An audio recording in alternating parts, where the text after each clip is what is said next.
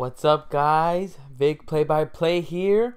And yes, I usually cover Laker games, but as you well know that Lakers did not make the playoffs. So I decided, you know what, I'm just going to practice my skills of doing play-by-play live and cover some playoff games. So I ended up choosing one of the games right here for the weekend, and I chose OKC versus the Utah Jazz, and it just got out of the way, and look at that. Paul George with his first steal already of the playoffs. And look at that two-hand jam, first couple points. Look at how pumped Russell Westbrook is already. Look at that. We're already starting off on fire right here. Awesome play right there by the Thunder. Look at that. What better way to start off with Russell Westbrook with an easy two-hand jam. We got Utah right here. They've been playing really well. Obviously moved up from the standings of how crazy the West was. So like everybody was moving for position. Nobody wanted to face the Rockets or the Warriors. So now these two teams facing off. Now we got Adams. Ooh, spin move on Gobert. Oh, no, that was Favors actually. And he did really good defense on that one. Now we got Mitchell right here. Giving up to Ingles. Oh, three-pointer right there. Now the Utah's up by 1, 3-2. Now we got Russell Westbrook right here. Bringing it up. Giving off to Carmelo, who gives it to Corey Brewer. Corey Brewer coming from the Lakers after, the trade deadline. Oh, little mistake right here. Now Rubio with the steal behind the back. Oh, two-hand jam for Donovan Mitchell right there. He cocked it all the way back and he slammed it down. The 2018 dunk champion slamming it right here against the OKC Thunder. Now here comes Paul George for three. Off on that one. Mitchell with the rebound. Already some exciting plays right here for both teams. We got Donovan Mitchell, the possible Rookie of the Year. A lot of people debating whether it should be Ben Simmons, Donovan Mitchell. Oh, Favors, drive it in, gives it to Gobert. Nice movement right there. Now Utah up 7-2. Yeah, it's like I was saying before, Mitchell, Simmons, both candidates for Rookie of the Year. Everybody debating, okay, is Simmons really, a rookie? He was in the league already last year, but hey, they've been playing great. It's like we're watching the future of the NBA, right here in Simmons and Mitchell. So Utah gets the rebound right here. Here comes Rubio driving it all the way. Oh, gets swatted by Corey Brewer. Nice defensive play. Now we got Carmelo, who gives it to Westbrook. Westbrook, three over Favors. Oh, in and out right there. Oh, look at the hustle, though. Look at the hustle by OKC trying to get that rebound. They couldn't get it, though. Now we got Mitchell being guarded by Carmelo. Oh, drives it in. Easy little floater. 2 more points for Utah. Now they're up 9-2. This game is really starting off hot, and this is why I ended up choosing this game. I mean, it's like two really exciting teams. They got really great players, and it just makes for a great matchup. Now we got Paul trying to initiate contact and get the foul, but couldn't get it. Now we got Donovan Mitchell again, running it down. Oh, another high little floater right there over a few defenders from the Thunder. Now the score's 11-2. They're starting off hot already. Here comes Russell Westbrook, Mr. Triple-Double right here, back-to-back. You got, oh, nice drive. No foul called on that one. Tried to again initiate contact, but refs aren't calling that. Look at the lob. Oh, a little too high for Derek Favors, so he couldn't get it. Now we got Russell, and he gets fouled right there by Rubio. Rubio knew he only had a couple options. He was either going to let him go and get another easy dunk for Russell or immediately foul him and not get those easy 2 points. Look at that. Boom. Nice little dunk right there. Nice pass and find by Ricky Rubio. Oof. Always so exciting and cool to see a dunk champion get those in-game dunks. Yeah, Utah started off hot. As soon as they started the stream, the OKC Thunder, started off with a steal. Paul George giving it off to Russell Westbrook. And as soon as he dunked it, he just started showing off his energy of how pumped Russell Westbrook is right now. But since that dunk, they have not scored. They've only got 2 points right now. And Utah has just been rolling. Their offense is just moving really quickly. Here comes Russ making the first free throw. Yeah, guys, it's been an exciting few days right now. Well, obviously 2 days for playoff basketball for me, which is the most exciting moment right now for sports for me. A lot of people are excited for March Madness, the NFL playoffs, NHL playoffs, opening day for baseball. But for me, it's gotta be the NBA playoffs. So now Russ makes both free throws, scores 11-4. Utah is up by 7. We got Ingles right here, guarded by Paul George. really aggressive. Finds his way. Finds Favors. Oh, gets it blocked right there by Carmelo, but Utah gets the ball back. Now we got Ingles again. Tries to cut between two people. Nope. Gets it stolen. Oh, Mitchell with the deflection. It was going to Corey Brewer, but nope. Mitchell was there. Got a hand on it. Now they got the ball back. And a new possession right here with 17 seconds on the shot clock. Oh, Mitchell for three. Drains it in. First three for Donovan Mitchell. Oh, man. It's incredible how this rookie has just been able to lead this Utah Jazz team. You know, everybody thought, you know what, Gordon Hayward's gone. It's just not going to be the same team. But nope. Quinn Snyder, the coach, being able to draft this rookie like that's just been able to lead. And even Gobert got injured during the season, still came back and is still being considered, you know, one of the defensive player of the years. So it's incredible what this rookie has been able to do. And now Utah with the ball back, the score's 14-4. They're up by 10. Here comes, oh, Russ tried to gamble right there, get the steal, but he couldn't. Now we got Mitchell again with the ball. There's 7 seconds left. Here comes Favors, 15 feet away. No, couldn't make it, and Russ got the rebound. Here comes Russ, giving it off to Carmelo, who pulls up from three. Oh, rims in and out, and Mitchell's got another rebound now. Here comes Mitchell. Oh, crossover between the legs. Finds Ricky Rubio right there, who's now dribbling it out. Waiting for the offense to come to him right here. Ricky Rubio double teamed. Finds Favors. Finds Gobert. And Gobert, another dunk right there. It's just not the immediate timeout right there by Billy Donovan. Yeah, it's just they are not able to defend the post right now. Look at that. One more time. Cocking it back. Two-hand jam. Awesome play right there by Utah. And we're off to a timeout as they're up by 12. Yeah, guys, as I was mentioning earlier,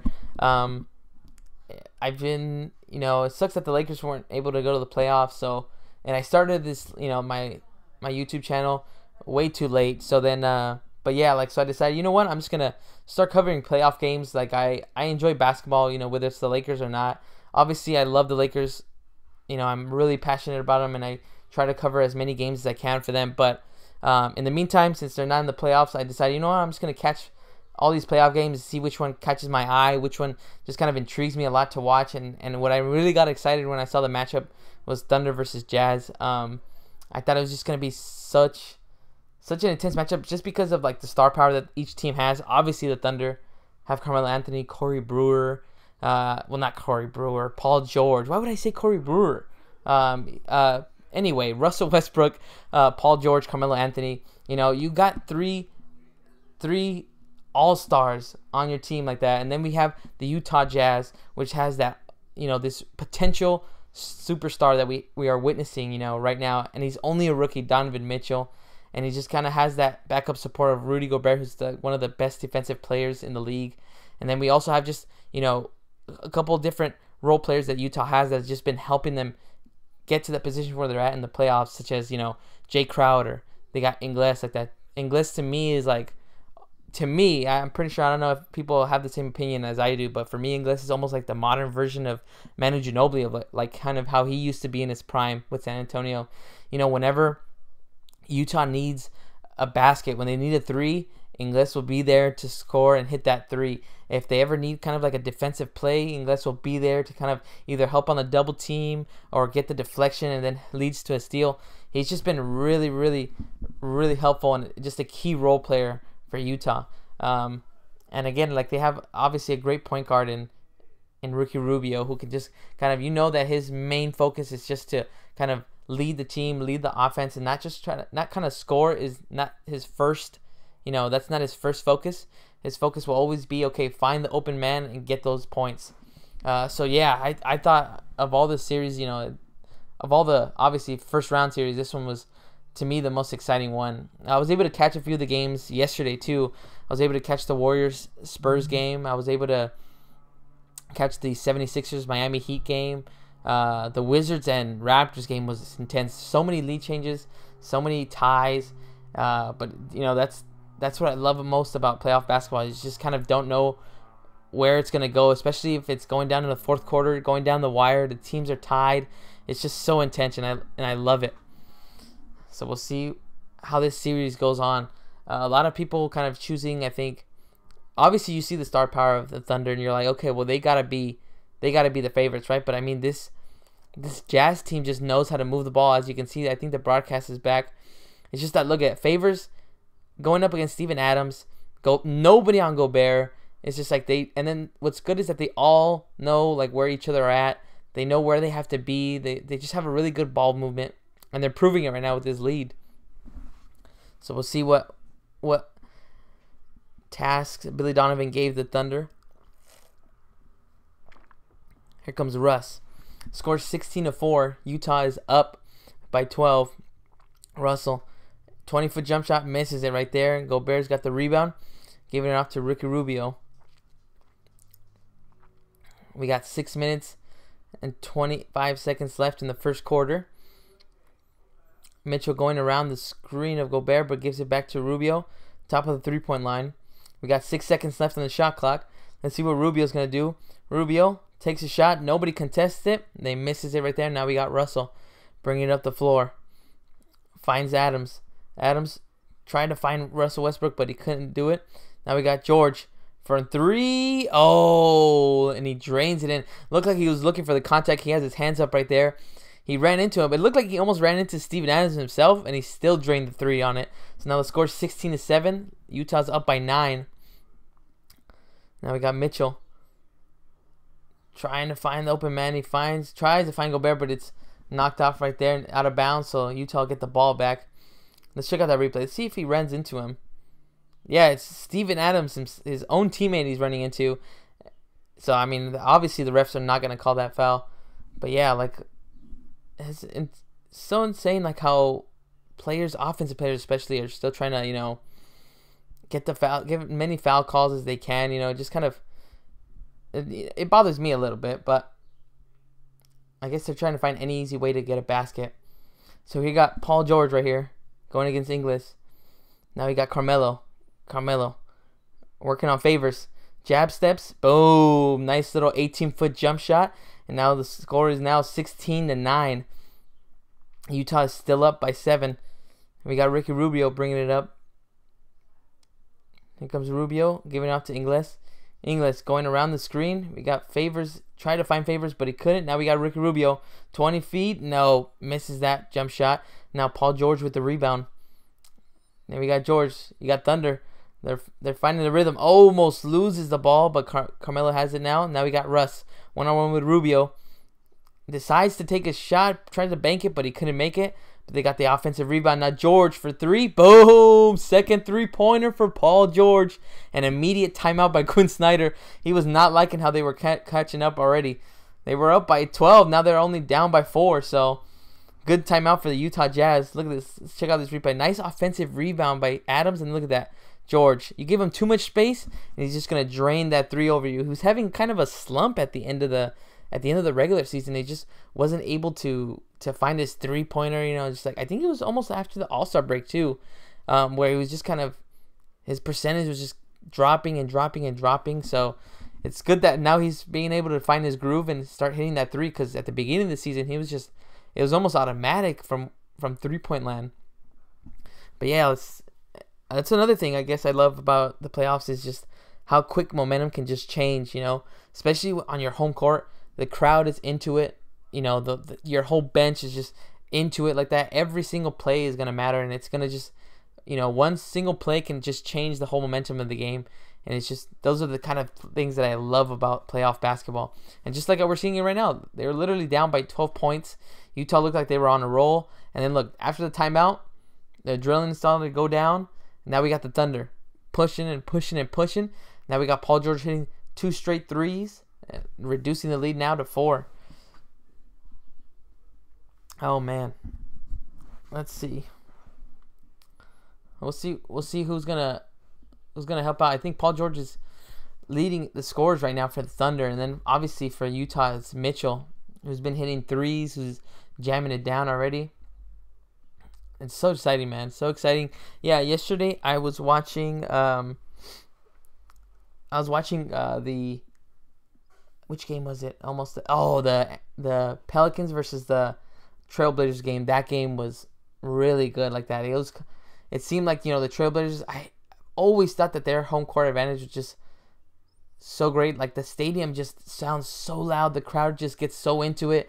I used to hate when the Lakers used to go in and play on the road against the Trailblazers, because I always felt that we were at a huge disadvantage. They always lost. I just always felt like the Lakers could not win in Portland, So I just thought, you know what, Portland has just like such a huge advantage. And look at what Anthony Davis, he's scoring over 30 points.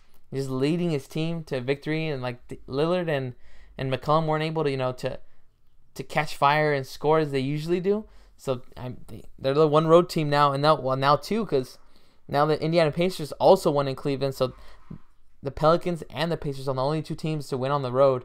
So we'll see what happens in those series. Hopefully more exciting moments. But yeah, that was a really intense game too. Like that one, and the Wizards against the Raptors. I think the Raptors broke they had a 9-game losing streak of first games of a round one series. They've lost like 9 in a row, game ones. So they finally broke that, I know, but still though, it was really close. Like I still feel like the Wizards, if they would have had a few plays where, they could have scored a few or not turned the ball over, they could have easily just took in the lead and won that game and just stole it from the Toronto Raptors. So we'll see how that series ends up too. So I think that the game is about to start again right now. The lead is 4 from the Utah Jazz. They're up 16-12. Paul George already hitting threes right now. 2 threes for him. So we'll see who else is going to help out. Russell Westbrook, obviously, Mr. Triple-Double here, averaging a triple-double again. Back-to-back seasons, never been done. We'll see if he can average a triple-double in the playoffs. Now we got Mitchell. Nice little move right here. Try to cross over Corey Brewer. Now he pulls up for 3. Oh, misses it. Oh, but Gobert tips it up. They're tipping it, and then Steven Adams comes up with a rebound. Now we got Russell. Bringing it up. Guard against Rubio. I feel like he can take him on, just dribble right past him. Oh, almost gets a deflection. Carmelo from 20 feet. No, off the front of the rim. And Corey Brewer with the offensive rebound. Tries to get it in, but they got it deflected. Now Rudy Gobert comes. Oh, nice little play by Carmelo. And he comes up with 2 points. Nice play. He stayed with it. He didn't just run back and try to get it on the defensive end. He just stayed right behind Rudy Gobert, slapped it out of hands, and got an easy bucket from 5 feet. Now the score's down to 2, 16-14. Utah's up by 2. We got Crowder now in the game. Crowder pulls up from 3. No, too hard, off the back of the rim. Now we got Russ bringing it in. Look at his speed. Look at that. Finding George, who finds Carmelo. Carmelo for 3. Oh, couldn't. But look at that. Another offensive rebound by Adams. Now we got Russell. Oh, almost looked like it was tried to get it through the hands of Crowder, but it gets deflected. Now we got Russ with 11 seconds left in the shot clock. Pulls up from 20 feet, and he drains it over at Crowder, and he stays right there with his hand up. Stays in form right there. Nice shot by Russell Westbrook. Now the score's tied 16-16. They started off slow, but now they're finding their groove, guys. Now we got Rubio who tries to bank it. He banks it, and he makes it right there. So he'll get a chance for a 3-point play. Nice move. I think they're leaving Rubio open. Look at this. Usually Russ's shot is always kind of just, hot and cold, but that one, it's money on that one. Now we got Rubio at the line right here, who just got fouled, and he banked it in and he scored. So he'll be going for a 3-point play and hopefully increase the lead for Utah by 3.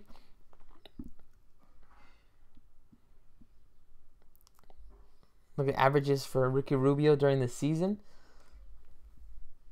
And he makes the free throw, so he completed the 3-point play. So now the Utah's up 19-16. Now we got Russell. Guard against Rubio. Now Carmelo's got the ball. Carmelo to Adams. Back to Carmelo. Carmelo going one-on-one. This is what he loves to do. One-on-one against Crowder. Drives it. Tries to give it to Abrines, but it gets stolen right there. And here comes Utah. And he actually gets the foul called. Ferguson, I believe, was right up in his grill. So O'Neal will be going to the free throw line. Ferguson didn't think he fouled him, but I mean, there's like 2 or 3 Thunders right here around him. Yep, 3 Thunders right there. Got him on the arm, so he'll be going to the line for 2 free throws. Here comes O'Neal right here. First points of the game for him if he makes it, and he misses the free throw. I probably jinxed him for saying that. Here comes his second free throw attempt.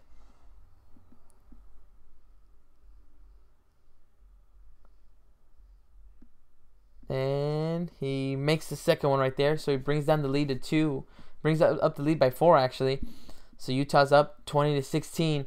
There's about 2 minutes and 20 seconds left in the first quarter. Here comes Russ. Kicks it out to Carmelo, who gives it to Abrinas. Abrinas driving it in aggressively, and he makes the layup right there. Nice move by Abrinas. Always, you always see him kind of just stay in the corners, trying to wait for that pass from Russell or George to shoot that 3. But this time, you know what? Changed it up. Decided to be aggressive, and he made that layup.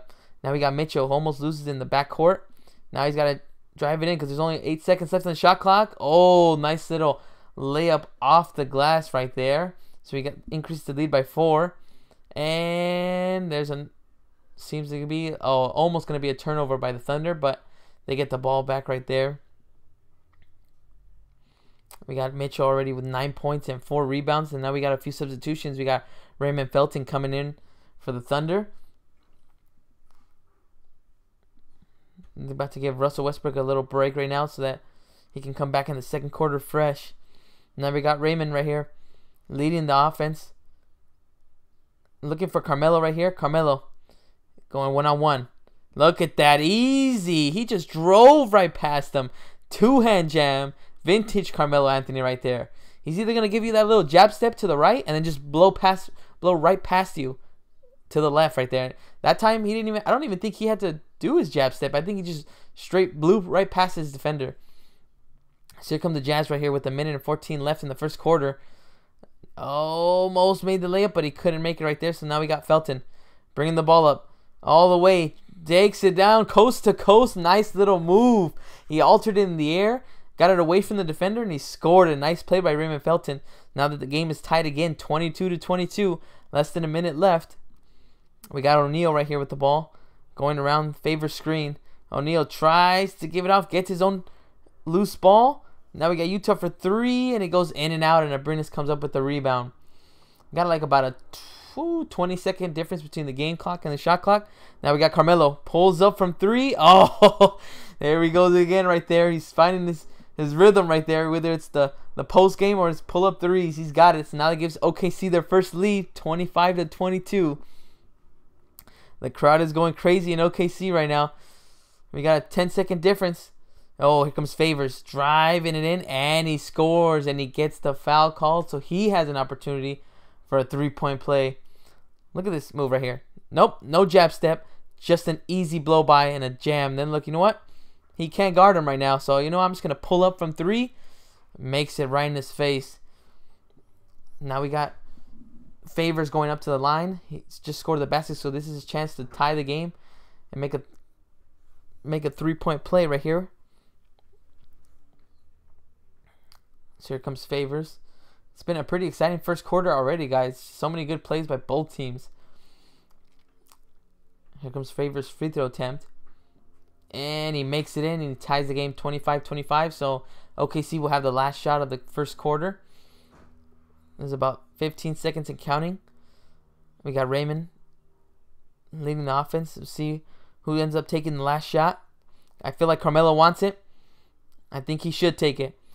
Oh, here comes Raymond. Almost loses the ball. Nobody in front of him. 16 feet jump shot, but he couldn't make it.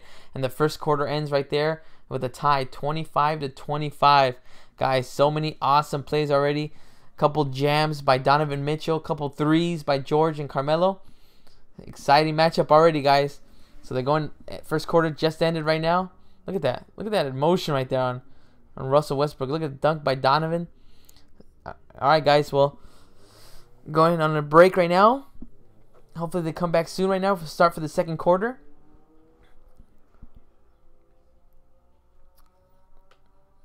Oh man. So many good games so far. That I've been able to watch. I just started watching I wasn't able to catch the whole Celtics and Bucks game. Oh man, but I just saw the highlights of that game of how Rozier crossed over Bledsoe, hit that 3, thought they won the game, and then boom, you get Middleton with 0.5 seconds left, hitting a 3 from about 5 feet away from the 3-point line, and he scored it. It was incredible. So they made it go into overtime, but the Celtics took over, and they were able to win the game and get game one. I thought, obviously everybody thinks, that because Kyrie, got injured that, their chances obviously go down. I thought the same thing too. I thought, you know what? They don't have their all-star player. They don't have their leader in Kyrie Irving. They don't have Marcus Smart, who's also injured. But they just managed to find a way. The team just focuses and just, they just put their mind right in the right position to like win games. Like they might not have the flashiest plays. They might not win convincingly, by 20-point leads or anything like that. But they win games, and that's what's keeping them, keeping them alive in this playoff series. So we'll see where they go from there. But still, the Bucks are a dangerous team, especially Giannis. And then I just finished watching before I jumped on live right now. I just finished watching the Indiana Pacers versus Cavalier game. So that one was a pretty exciting game too. I was watching it, and I was a little surprised that they were blowing them out in the first quarter. It was insane how good they were coming out. And Oladipo, obviously, I'm hoping he wins, the most improved player of the year. I mean, he deserves it, and he's earned it too, just of his play. He's led the team to the playoffs. He's transformed the way he's played. He's just taking on more of a leadership role, and it's just helped him out a lot. So I hope he does win. And yeah, he showed it today. He scored over 30 points, and it was just helping the team just get whatever they needed. If they needed a three-pointer, he got it for them like that. If he needed to drive it in, he drove it in and he attacked, and then he would kick out and find the open man. He's just been helping that team so much. And obviously, he's got the right role players around him. He's got he's got Collison, we got Lance Stevenson, he's got Sabonis.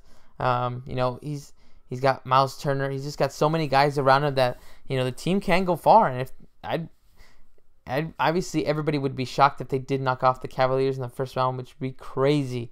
But you never know, man. It's gonna be a really interesting series to watch. I mean, all of them. I feel like I've been saying that for all of them, but it's true though that they're all really interesting to watch. You just don't know which way each one of them will go. You take a road game, and then your mentality is, okay, we at least got one game now. That means like when we go home, we have the advantage. So we'll see. I think the game is just about to come back on. We got Dennis Scott talking to Quinn Snyder right here. So we got Paul George. Hit already 2 threes, drives it in, tries to get the contact, gets blocked, and he makes that, goes aggressive with it, and he scores the easy bucket. OKC's up by 2, 27-25. Now we got Utah right here. Here's going to be the key right here is when your starters sit down for Utah. I mean, when Mitchell's not playing, when Gobert's not playing, when Rubio's not playing, who's going to step up and help this team? Here we go. Oh, nice drive. Oh, but a better block by Grant right there. So now we got Felton right here bringing the ball up. Felton going around screens. Now we got George. George guarded by Ingles. Nice little between the legs crossover, but he couldn't get that three-pointer to go. So now Utah has the rebound. We got Ingles going. Oh, Paul George got knocked down by the screen, but no foul called. Now we got Crowder open for three. Nice movement by the Utah Jazz, bringing it all the way from below the basket to the corner and then to angled three right there, and he got it. So now Utah's up by 1, 28-27. Now we got Felton. Aggressive, driving it in. Nice floater from 5 feet, but he couldn't make it. And now we got Utah bringing it up. Ingles guarded by George. Ingles going around the favor screen. Ingles giving it off to Crowder. Crowder looking. He's looking for the screen. 8 seconds left on the shot clock. Pulls up from 3. Oh, in and out. Couldn't get that one to go in. Now we got George right here bringing it up for OKC. Here comes George going around the screen. 15-foot jump shot. Easy for him right there. 29-28. OKC's up by 1. So many ties and lead changes already, guys. Here comes Favors, though. Favors giving it off to Crowder. Crowder. Nice little crossover on the Brennis. Pump fakes it. Gives it off. Now Ingles has it at the top of the three-point line. Now we got 5 seconds left. Got to decide somehow. Crowder drives it in. Oh, but gets it swatted. Now here comes OKC. Felton looking. Finds George. George sees the open lane. Tries to drive it in and dunk it, but he couldn't do it, and he gets the foul called. So he'll be going to the free throw line for 2 free throws. Look at this. Oof. I mean, yeah, I feel like that should have been an offensive foul. Because Jerebko was still moving. So, I mean, that to me looked like a foul, but the refs didn't see it that way. So here comes George right here, shooting his first free throw. Drains it in there. Increases the lead by 2. Scores 30-28 with 9 minutes and 33 seconds left. We still got one more game today, guys. One more game, and it's the Rockets against the Wolves. So it should be a really good game. Let's see what Jimmy Butler, Karl-Anthony Towns, and Andrew Wiggins can do. Can they find a way to like stop James Harden and Chris Paul? I don't know. It's gonna be tough, but we'll have to see until later. So now we got George making his second free throw. So now they increase the lead. The score's 31-28. OKC up by 3. Then we got Ricky Rubio back in the game. We got Gobert back in the game. So we'll see what Utah can do. They've been moving the ball really well. Here comes O'Neal. O'Neal gives it to Rubio. Rubio from 3-point land. No, but he got the rebound, so Rubio gets his own rebound. Here comes Ingles. New shot clock. Pulls up from 3. Oh, too hard. Not even close to that one right there. So now OKC with the rebound. Now George bringing the ball up. George trying to go on the screen. Crosses over. Now another crossover. Pump fakes. Gives it off to Grant. And he loses the ball. Now O'Neal's bringing it up. We got Ingles right here in the corner. But he gives it to Crowder, who gives it to O'Neal. Now look at that. Rubio open for 3. Oh, off the side of the rim. Had a lot of chances right there. Oh, nice behind the back. But there was a foul called on Ingles right here. He got it right in front of Paul George. I think that was an obvious blocking foul on that one. Look at that. Already got the big 3 scoring right here. George already with 12 points. Carmelo with 9. Westbrook with 6. Obviously, these 3 guys are going to have to help the team score, but I feel like it's still going to come down to the Thunder's role players too, like Adams, like Raymond Felton. Oh, nice crossover by George, but he couldn't finish at the rim. Here comes the Jazz. Ingles. Oh, O'Neal was open. Now, nice pass by Crowder right there. O'Neal finds Crowder in the paint, and then Crowder with the behind the back no look to Rudy Gobert, but he gets fouled, so Gobert is going to the line for 2 free throws. That's what I think is just giving them, the advantage, especially in the paint. I think they've already had like 2 or 3 plays the Jazz have had where they're in the paint and they just like manage to get one defender in there. So it's usually Steven Adams, or somebody else. And, let's say Derek Favors is in the paint, finds Gobert open, nobody guarded him, easy bucket. And that play, Crowder has the defender on him, but nobody's on Gobert. He just behind the back passes it to him. Now he gets 2 easy free throws. Obviously, he missed the first one, but here comes Gobert's second free throw. And he misses both of them, so OKC still up 31-28. Westbrook finds Abrines, who's pump fake like he was about to shoot a 3, but now Westbrook takes the 3. Oh, and a common foul is called right here. I believe it's on Utah, who pushed Patrick Patterson down to the floor. Now we got a couple subs coming in. I think Corey Brewer's coming into the game. Let's see where the foul came in. Oh, yeah. It seemed like O'Neal was, I think probably pulled them down. Yeah, kind of a little bit of pulled them down and just got the foul called on him. So now we got Paul George sitting down. So we got Westbrook here, guarded by Rubio. Driving. Oh, seemed like he was going to drive away. Oh, he got contact right there on that one. Yeah, he's calling for it, but he still drained that 18-foot jump shot. Westbrook. Oh, now Rubio falls to the ground and he gets the foul called on him. Let's see that play again. Westbrook. Seemed like he got hit below the waist right here, but refs didn't want to call that, so he's still able to drain that jump shot. Here comes the Jazz. Let's see what play they've been able to run out of bounds here. We got Rubio. Rubio going around the screen. gets aggressive. Oh, drives it in. Abrenas too aggressive on defense. Gets the foul column. So Rubio going to the line for 2 more free throws. Yeah, I think it's Rubio is just, you know, he's quick enough to get into the lane. You know, he's quick enough to get into the lane. But I think as a defender, you should know that his intention is not to get a layup. His intention is not to score.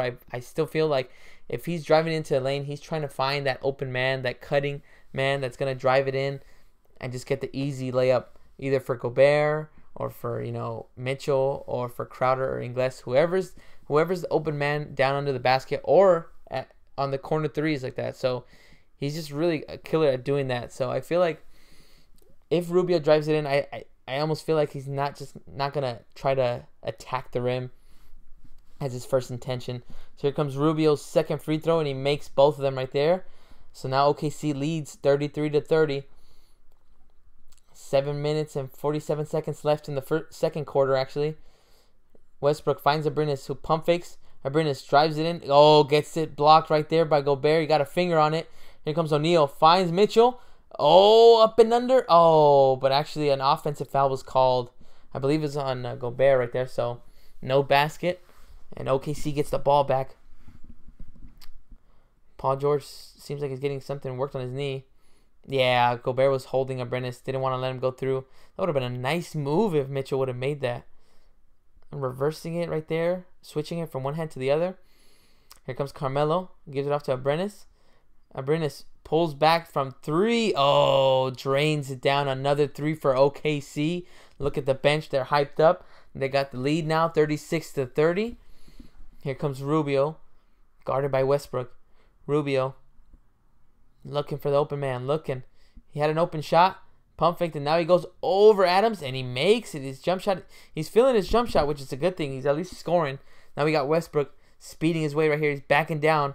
Fade away. Off the glass. Oh, nice move right there by Westbrook like that. I thought he was going to drive it in. He instead, you know what? I'm just going to spin move. Fade away shot. And then just bank it in. Scores now 38-32. Here comes Rubio. Another fade away from the left side. Couldn't make that one, though, over Adams. Here comes Westbrook, though. Finds Adams. Oh, nice deflection right there. And he swatted the ball away. O'Neal. Nice defensive play. Here comes O'Neal. Gives it to Rubio. Look at that. Back to O'Neal. Open for 3. Oh, way off. But Gobert's there for the offensive rebound. That killer right there. And he just got it. Scored an easy layup. Now the lead is down by 4. OKC's up 38-34. Here comes Abrinas off the screen. Nope. Couldn't make that 3. Now Mitchell has another rebound. 6 minutes left in the second quarter. Here comes Mitchell. Spin move. Oh, he was going too fast right there. Got a little out of control.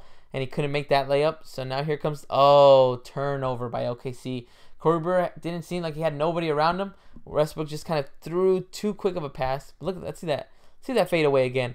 Backing him down, fade away, off the glass. Nice move. Timeout right now for OKC.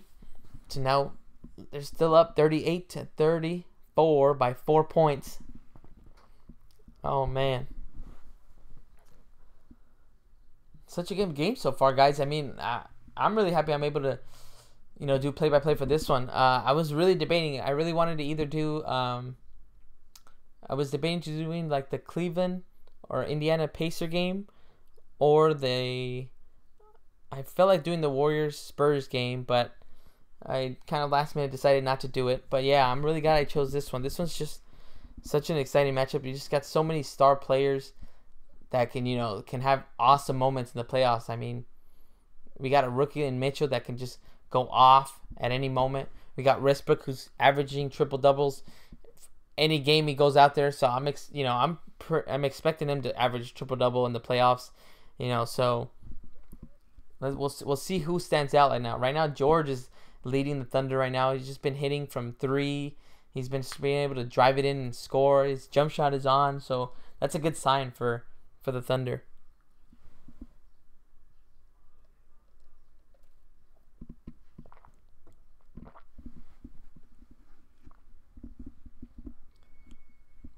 We'll see what happens right here.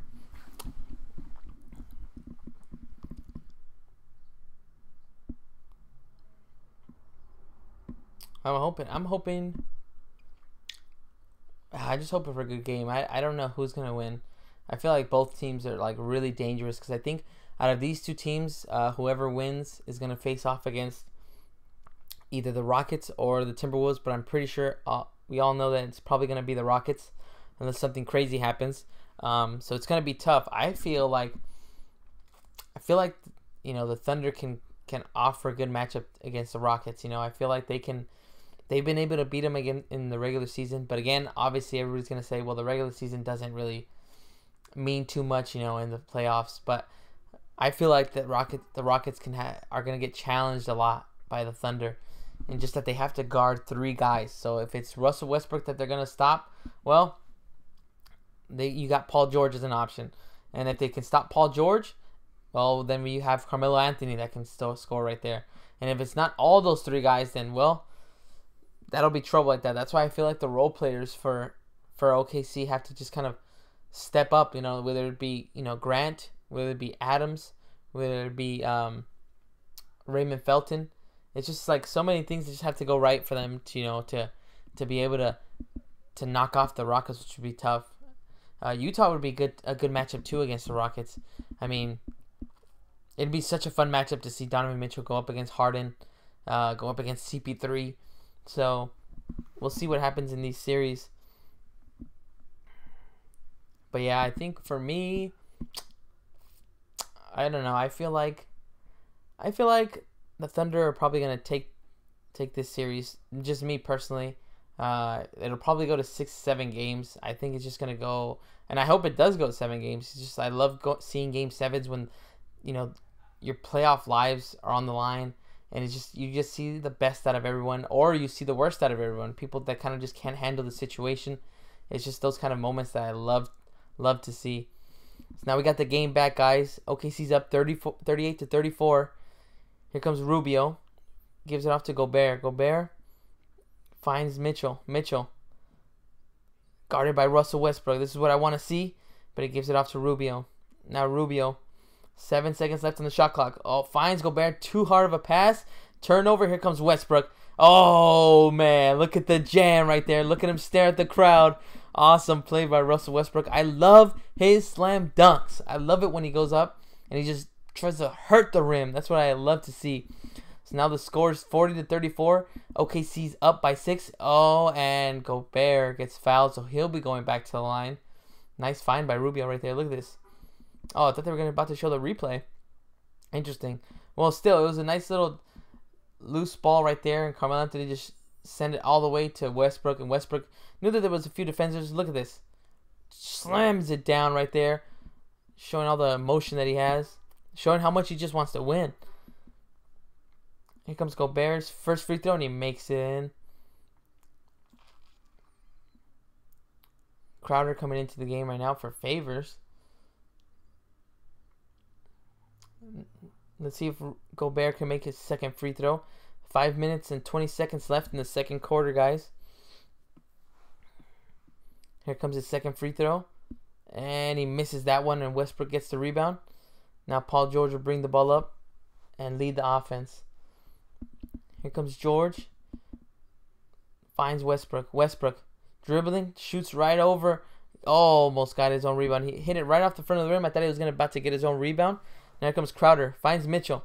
Mitchell drives it in. Oh, it's just so smooth with it like that. He's just able to find those little gaps, take his little 2 steps, and he just finds the way to nice little touch off the glass and makes the layup. OKC's up 40-37. Now George, another 3 off the screen. He's just so good at just coming off the screens, getting right close up to the 3-point line and his defender, and he still scores that 3-pointer. Increases the lead by 6. OKC's up 43-37. Here comes Utah. And Mitchell gets fouled right there before he can make the shot. So here we go. Corey Brewer seems like he did not like the call at all. Look at that. Able to fake pass, drive it in. Nice little touch off the glass for Donovan Mitchell. So now Mitchell's going up. First free throws right here. And he makes the first one right there. I mean, look at that. For a rookie's 20.5 points per game. It's insane. It's 33 minutes. Almost, look at that. 7 30-point games. This is so awesome to see like that. And it just makes the second free throw. So now the Lakers. Oh my gosh, guys. I'm just so used to calling the Laker games that I'm just by habit saying Lakers. It's ridiculous. So now the Thunder are up 43-39. Here comes Westbrook. Westbrook going around the screen. Tries to find Carmelo, but it gets deflected right there. Now Crowder comes up with a steal. Here comes Rubio giving it off to Rudy Gobert, who jams it right down the middle. Nobody stepped up to him. What better than an easy two-hand dunk for Rudy Gobert?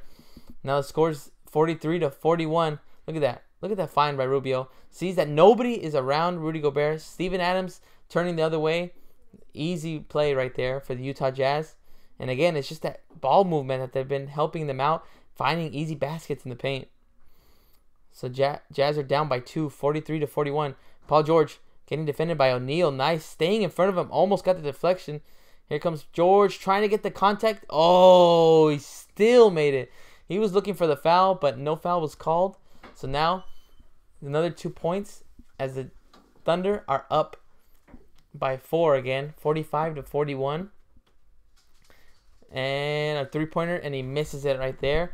So now, OKC with the ball. 3 minutes and 30 seconds left in the second quarter. Here comes Westbrook. Pump fakes it. Spin moves. Oh, man. His shot is just on today. Not only him, but Paul George as well. That everything is working right now for Russell Westbrook and Paul George. Look at this. Fade away again. This time I'm not going to use the glass. I'm just going to score it right over you. Nobody in front of him. Easy 2 points for Russell Westbrook. OKC's up 47-41, guys, as they go on a commercial break right now.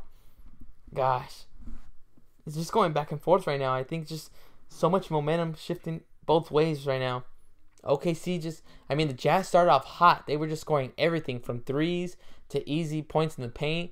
But then after that first timeout that the Thunder called, Thunder started coming back up. George started hitting a few threes. Carmelo was working in the paint, pulling up from 3. Now Russell Westbrook right now in the second quarter is heating up. I mean, to me, honestly, I feel like Rubio cannot stay in front of him. So I think he should just kind of get to his favorite spots, whether it's, try to get into the paint or drive it in and just jam it down. He's obviously going to get double teamed, so that's where Russell Westbrook is dangerous. He can try to, as soon as he gets double teamed, try to find the open guy and then hopefully be a 3 or just continue the ball movement until somebody is open. But yeah, I feel like Russell Westbrook can take Rubio every play, kind of space out the floor and just drive it in on him and force Rubio to either foul him or just let him blow by him, and hopefully they'll help, get a defender to help him out. But I think Westbrook should just be more aggressive, especially when Rubio's on him.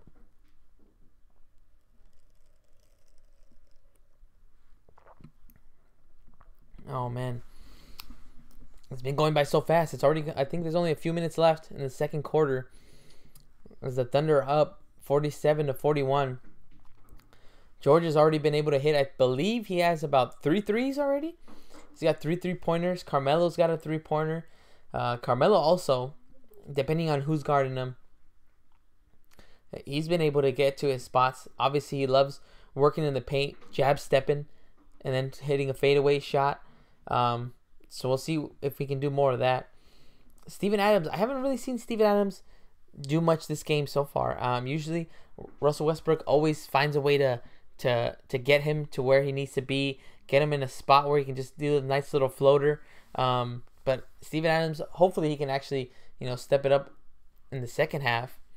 Obviously, Thunder are still winning, but you never know. Momentum can shift anything, and Utah can just take a huge lead and just catch up and then maybe win the game at the end. But still, you got to watch out in the playoffs, guys. He just so dangerous like that. Any team can just, you just let how they always say like that, if you just kind of shift your focus on something else, or like you take your foot off the gas pedal, oh man, teams will punish you.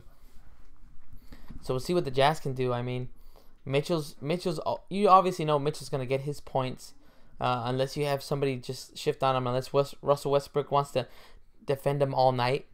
Rudy Gobert obviously is just a beast in the paint. He's got to deal with Steve Adams, but I'm pretty sure he can just kind of work his way under there, or have Rubio or Mitchell trying to drive it in and just find him for the easy dunk like they've been giving it to him today.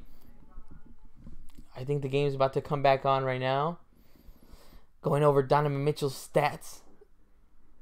And won the 2018 Slam Dunk Contest. That was cool. It was really cool to see him win that one. So here comes Mitchell now, bringing the ball up. Let's see what the Jazz come out right here. We got Ingles right there. Nobody covering him. Drives it in. Finds Mitchell open for three. Oh, off the front of the rim. Here comes Westbrook with the rebound now. Corey Brewer calling for it, but he didn't get it. Now he pulls it back. Less than 3 minutes left in the second quarter. Here comes Westbrook, guarded by Mitchell. This is what I want to see. One-on-one, guys. I want to see the stars face the stars here. And Westbrook almost loses the ball. Crowder tried to get the ball. Oh. Went into Corey Brewer's hands, and Corey Brewer let it go, and it went out of bounds. So Utah ball now. And I think Carmelo got hit in the face. Let's check out the replay. Crowder diving down for it. He probably got hit in the face with his shoe. Yeah. Here comes Rubio. Finds Ingles. Ingles gives it off to Gobert. Gobert back to Rubio. Rubio. Oh, little hesitation step. Nice move on Corey Brewer. He hesitated like if he was going to, oh, stop. Maybe I'm taking a shot. Nope. I'm going to drive right past you. Got to the bucket, and he scored. 9 points already for Ricky Rubio. Now the score is 47-43. OKC's up by 4. George, guarded against Rudy Gobert. He's got the advantage. He can just either blow past them or step back. And 3. He decides to step back. 3. Oh, drains it in right there. He is feeling it from 3. He's got 4 threes already. 20 points. He's got 14 this quarter. He's going insane right now. Here comes Rubio. Sees that there's an opening. Oh, and he still gets it over Corey Brewer. This time, no hesitation. Do you know what? I'm just going to be aggressive. Try to initiate the contact. And he scored it off the bucket. Here comes Russell. Driving in. Backing it up against Rubio. He gives it to Carmelo. Barely grazes the rim. Oh, but Corey Brewer, gets it swatted. And it's going to be a foul called right there. Nice little heads-up play by Corey Brewer. Just stay with the play, not just go back. He gets the loose ball. Tries to go up. Now he's going to the line. OKC's up 50-45 with about 1 minute and 39 seconds left in the second quarter. It's an exciting first half. Paul George is on fire. He's already got 20 points. He's got 4 3-pointers. And Corey Brewer makes the first free throw.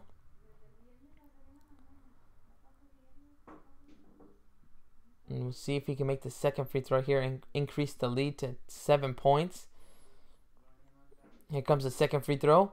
And he makes that one in. So now OKC's up by 7, 52-45. Mitchell bringing the ball up for Utah. Here comes Mitchell. One-on-one against Corey Brewer. Pump fakes, stops his dribble, and he hands it off to Rubio. Rubio pulls up from 18 feet off the back of the rim. Now Paul George gets the rebound. Here comes George. Trying to find Adams. Gives it off to Adams. Adams is able to get it. Looking for the pass. Adam working on Rudy Gobert. Let's see what he can do. Use his power. Nice spin move. Tries to throw it up, but he gets a foul called, so he'll be going to the line. Rudy Gobert got him on the hand. Let's see this. Look at that. Nice little spin move. Little pump fake. Got him right there, so he'll be going to the line. I feel like he can do that a lot more often, especially when the floor is spaced out. When he's got a few options to pass, because he can pass. He can make a few good passes to his teammates as he makes the first free throw. But he's just so big and powerful that I feel like he can just use his aggressiveness a little bit more to get to where he wants to be or get a shot that he wants. Whether he wants a little floater or if he wants a little hook shot. Wherever he wants. I think it's so much upper body strength that it just comes to his advantage, and I wish he would use it a little bit more. So he makes both free throws. So now OKC's up by 9, 54-45, with about 1 minute left in the second quarter. Mitchell gets a little screen from Gobert. Tries to find Gobert, but he hands it off to Crowder. Crowder, one-on-one against Carmelo. He gives it to Gobert. Back to Crowder. Crowder step backs for 3. Oh, drains it over Corey Brewer. And now it's, if it's not Rubio, it's Crowder that's going over Corey Brewer right now. So now 54-48. OKC still up by 6. Here comes Carmelo. One-on-one against Crowder. Oh, trying to pump fake. pump faking, spin moves. Oh, try to give it to Steven Adams. Gets it stolen by Mitchell. Mitchell kicks it to Ingles. Ingles for 3. Oh, too strong. And Melo comes up with the rebound right there. Now there's about a 2-second difference between the game clock and the shot clock. So OKC going to take the last shot right here. Westbrook giving orders to Adams. Seeing what play they're about to run right now. Crowd on their feet. 6 seconds left on the shot clock. Here it comes. Oh, pulls up from 3. Westbrook. Oh, couldn't make that one. Now we got Crowder. Last shot at halftime. Off the glass right there. So, OKC right now at the end of the second quarter, they're up by 6, 54-48, guys. Really exciting first half. Paul George is on fire. He has 20 points. That is right, 20 points and 14 in the second quarter.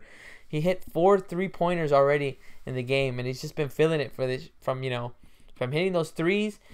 What he's doing really good is coming off the screen, and I feel like he's just become. I think just because of what his role is with the Thunder is that he's more of like an off the ball now, because he knows that Westbrook's going to be leading the offense, having most possession, of the ball and kind of directing where the offense is going to go. So George, I feel like, has gotten really good at coming off the screen. And as soon as he comes off the screen, Westbrook knows where to put it, gives it off to George, and George just pulls up from 3, and he drains it. He's already hit a few of those. And Carmelo's been doing pretty good too. He's been able to hit a few shots as well. He pulled up a 3, and he was also able to work the post, blew by his defender, and then easy jam. So OKC's been on a roll lately after that slow start, that slow few first minutes of the first quarter. But now they've been able to pick up, and now they have the lead by 6 points. Utah started off really hot. They were just scoring from everywhere. They were, getting deflections, got easy turnovers, which led to easy buckets by Donovan Mitchell with the slam. Then also Rubio finding Gobert for easy jams. They've been able to really make the defense of the Thunder move around a lot. Is what I've seen too, like that. They're just ball movement. It's just so good like that they're just able to, if it's just the next man up. Is the next man open? Nope. Is the next man open? Nope. Is the next man open? And then finally, somebody's open either in the paint or a 3, and they just score it right over the defender. So it's been a really exciting half. So hopefully it continues, guys. Hopefully the game just keeps getting better and better. It goes down to the wire. That's what I love most about games, especially when it's not a team that, obviously when it's the Lakers, because that's the team I follow. I do not want it to be, come down to the wire for free throws or anything like that, because I just want them to win convincingly. But when it's just two teams that I'm kind of not, just hoping for a good game, oof. Go down to the wire, man. Go to OT. Go to double OT. I don't care. I just want to see an exciting game. So hopefully we'll continue to see that.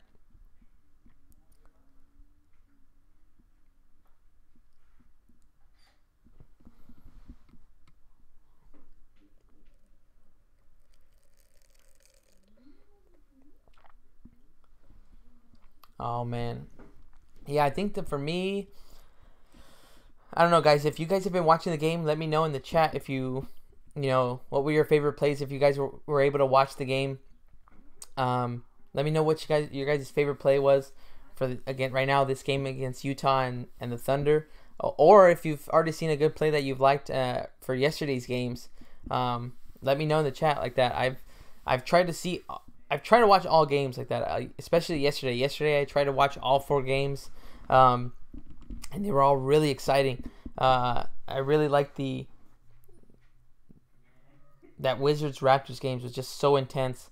It's just so many lead changes, so many ties. You just didn't know where it was going to go. The Raptors felt pressure that they've lost 9 game ones in a row. They just put so much pressure on themselves to try to, win the game, and it's just like, but I'm glad that they were able to get that victory. But yeah, guys, let me know what you guys, any top plays that you guys have liked so far in the playoffs. What has excited you? I mean, to me, it's just that Pelicans Thunder game was just so good. Pelicans Thunder, what the hell am I saying? Pelicans Trailblazer game yesterday was so good. I mean, Anthony Davis is just so. It's just so tough how you're gonna guard him like that. It's just, Obviously, not only is he 7 feet, he's a center, but he's just one of the one of the most athletic centers in the game like that. Like he has the ability and the speed to drive right past any other center that's guarding him, because most centers aren't as agile, aren't as quick. So he's able to just make quick cuts, nice crossover, get to the basket, and either jam it home right there. But he also has the nice shooting touch. It's just something that's so key. He has a nice touch that he's able to, pull up from about 20 feet, get to his spot. Okay, if you don't close out enough, which is what Nurkic didn't do yesterday from the Trailblazers, he didn't close out. He gave him too much space, and then Anthony Davis was just knocking down jump shots from either side, left side, right side. It was just really good to watch. And he also has the ability to shoot threes. There's times where he's just knocking down threes from different parts of the place. It's so awesome to see such a dynamic center. And he's just revolutionizing the position now like that. So now I'm pretty sure as soon as more and more centers are drafted, as more and more centers are watching the game, they're gonna see, Anthony Davis can shoot from three. Why can't I? What Anthony Davis can drive it in and just blow past his defender and dunk. So can I. And I guess what helps him too is that not only is he just good on offense, he's just so good on defense too. It's just incredible that he's able to. I believe he's nominated. I need to look it up if he's nominated for Defensive Player of the Year, because he did get a lot of blocks this year, and he's just so good on the floor on both ends. So it's just so awesome to see like that. And I think he's only in his 6th year in the NBA, so he's still got so much more room to grow and to show the league, where he stands for the MVP like that. He lets you know, he wants to, I feel like he just wants to be, one of the best players in the game. And he's just proving it like that. Just the ability to change games, with his scoring, or change games with his defense. So it's awesome to watch. Oh man, and I think what was another game that I saw yesterday? The 76ers game. I was able to see the end of the 76ers and Miami Heat game, and it was just so insane how good the Sixers are like that. And that was even without Joel Embiid. Ben Simmons is just so crazy and so big as a rookie like that. In his first year, he's already got the size that most NBA players have to kind of develop. A lot of rookies that come in, you're like, okay, well, you gotta kind of develop. I guess, for example, not to bring him up, but Lonzo Ball, or Kuzma, or Jason Tatum. All those guys, they kind of still look like they have the bodies of a rookie. They still have years to kind of grow into their bodies, build that muscle, and then just kind of take advantage and get into their primes. But Ben Simmons, man, he has already got that. He's got his body built he's already in his prime like that. It's insane how his body is already built. He's got the muscle. He's got the size, obviously, at 6'8", 6'10". It's insane how he's already NBA ready. And it's incredible. Obviously that year that he didn't play helped him out a lot. But yesterday it was just insane. He just gets to wherever he needs to be, knows that he doesn't have a jump shot, which I feel like the teams should be lucky this year that he doesn't have a jump shot, because imagine when he does develop a jump shot, when he does manage to be able to hit fadeaway jumpers, he's just going to be so dangerous, because you're either going to have to, maybe play too close to him. He's just going to drive right by you, because he has the strength and the speed to get past any defender and just jam it down. And if you give him too much space, then you're like, okay, well, I'm just going to pull up right here from 15 feet and I'll make it right in. So yeah, it's so awesome to see. And the Sixers were just rolling yesterday. Saric, they had Covington hitting from three. They had who else? They had Redick was on fire too. It was just insane like that. It's so exciting to watch new teams in the playoffs, especially when they haven't been there in a while. And the Sixers team is just gonna be so fun to watch, but it's gonna be intense to face too like that. So we'll see what changes Miami does to their offense at that end defense, to see how they're gonna manage to defend Ben Simmons. I feel like they're gonna have to throw multiple guys at him. It just can't be one guy. I feel like they say that for every star player. You obviously can't just bring out one guy, because he'll probably just tear up that one defender, and then boom, gets to their spots and scores. So we'll see what happens right there. But I feel like the Sixers can advance that series. Another series that, yeah, it's gotta be this one. That Celtics and Bucks game and series should be a lot of fun too. That one also seems like it can go either way.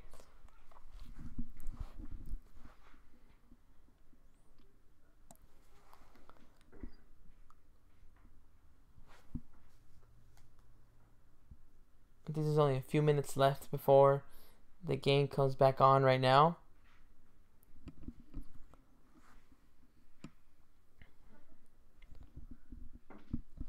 It's been, oh man, this game's been so good though. I just watched the highlights right now.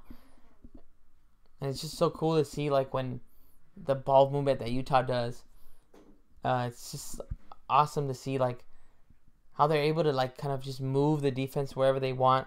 Like I remember the play where they had I think they had O'Neal at the corner. He finds Jay Crowder, and Jay Crowder just does a little behind the back Rudy Gobert, nobody around him. Obviously he gets the foul called.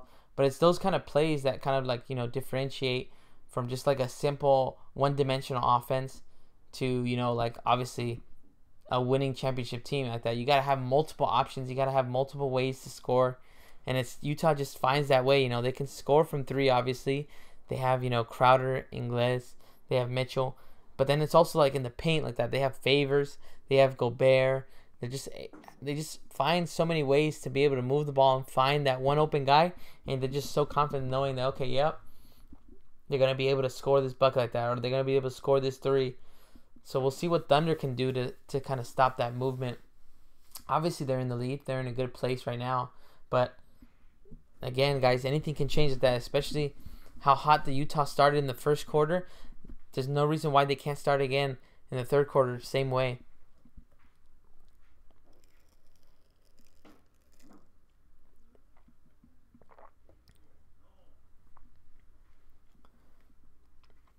Oh man, but yeah, I feel like the game started off almost exactly like how I would picture the game to start. It was such an exciting way. Like I think you had like the Utah Jazz get the jump ball, but then boom, immediately a steal by Paul George, I think, and George just sending it all the way over to Russell Westbrook. And who better to have the first points of the first game of the playoffs for 2018 than Russell Westbrook, like that, jamming it down.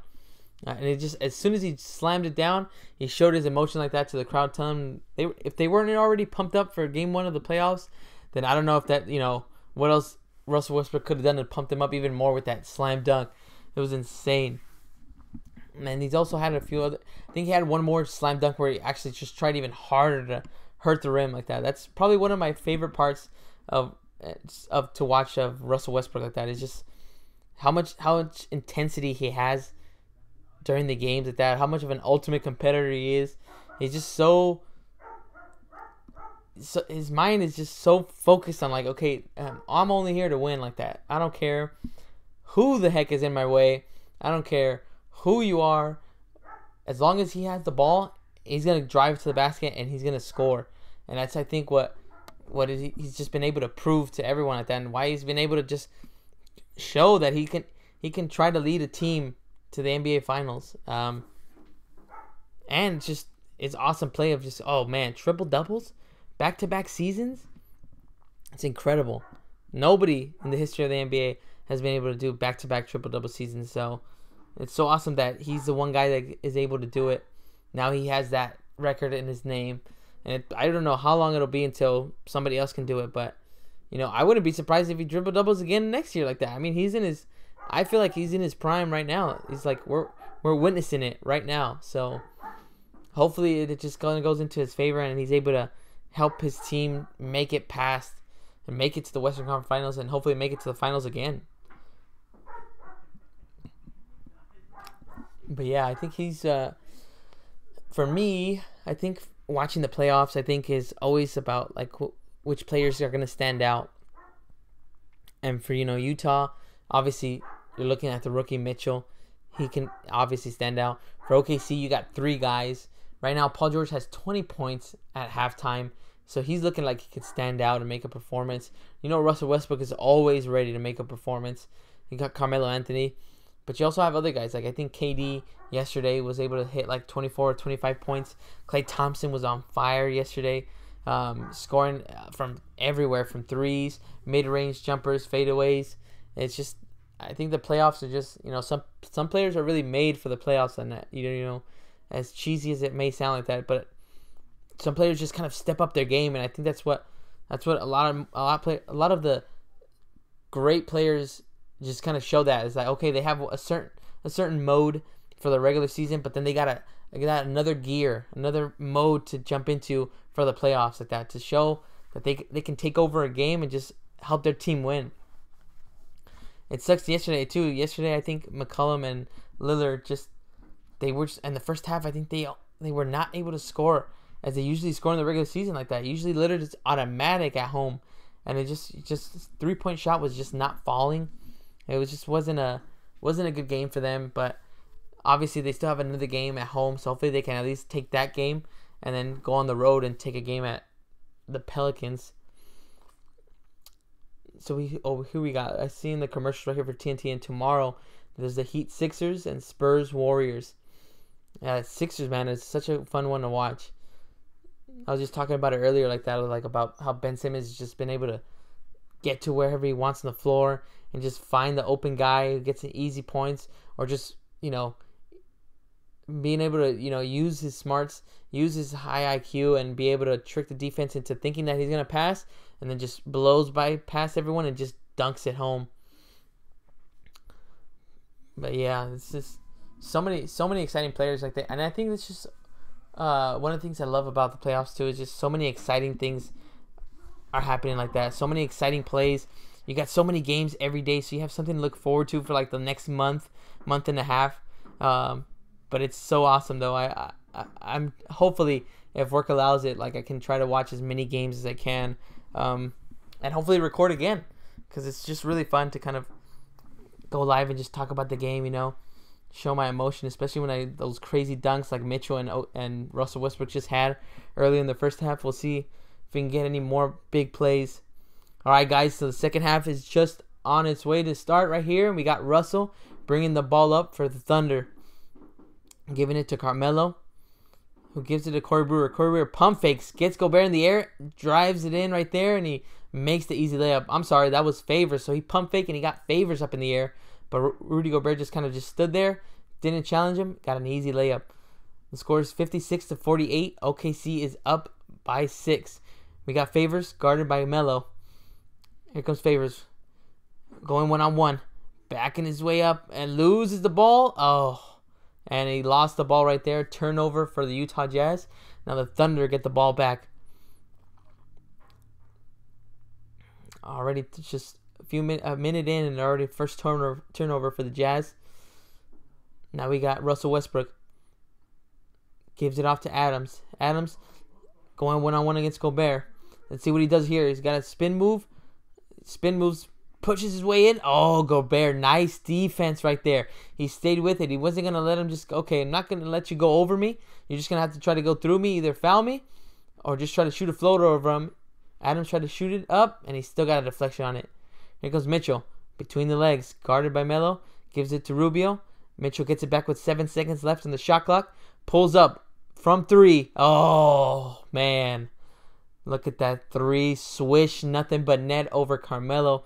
Nice play by Donovan Mitchell. 16 points for him already in the game. Here comes George. He was feeling in the first half. Nice behind-the-back pass to Melo. Now we got Russell Westbrook with the ball. Nobody giving him space. Oh, off the front of the rim. Couldn't make that jump shot. Here comes Rubio, though. Rubio bringing the ball up. Rubio under the basket. Kicks it out to Ingles, who's nobody in front of him. Oh, too strong. Hits it off the back of the rim. OKC still up 56-51. 10 minutes left in the third quarter. Carmelo shoots for 3. Hits off the front of the rim. Misses. Now Ingles gets the rebound, and now he's bringing it up. Ingles driving it in. Nobody steps up. Easy little layup for Ingles.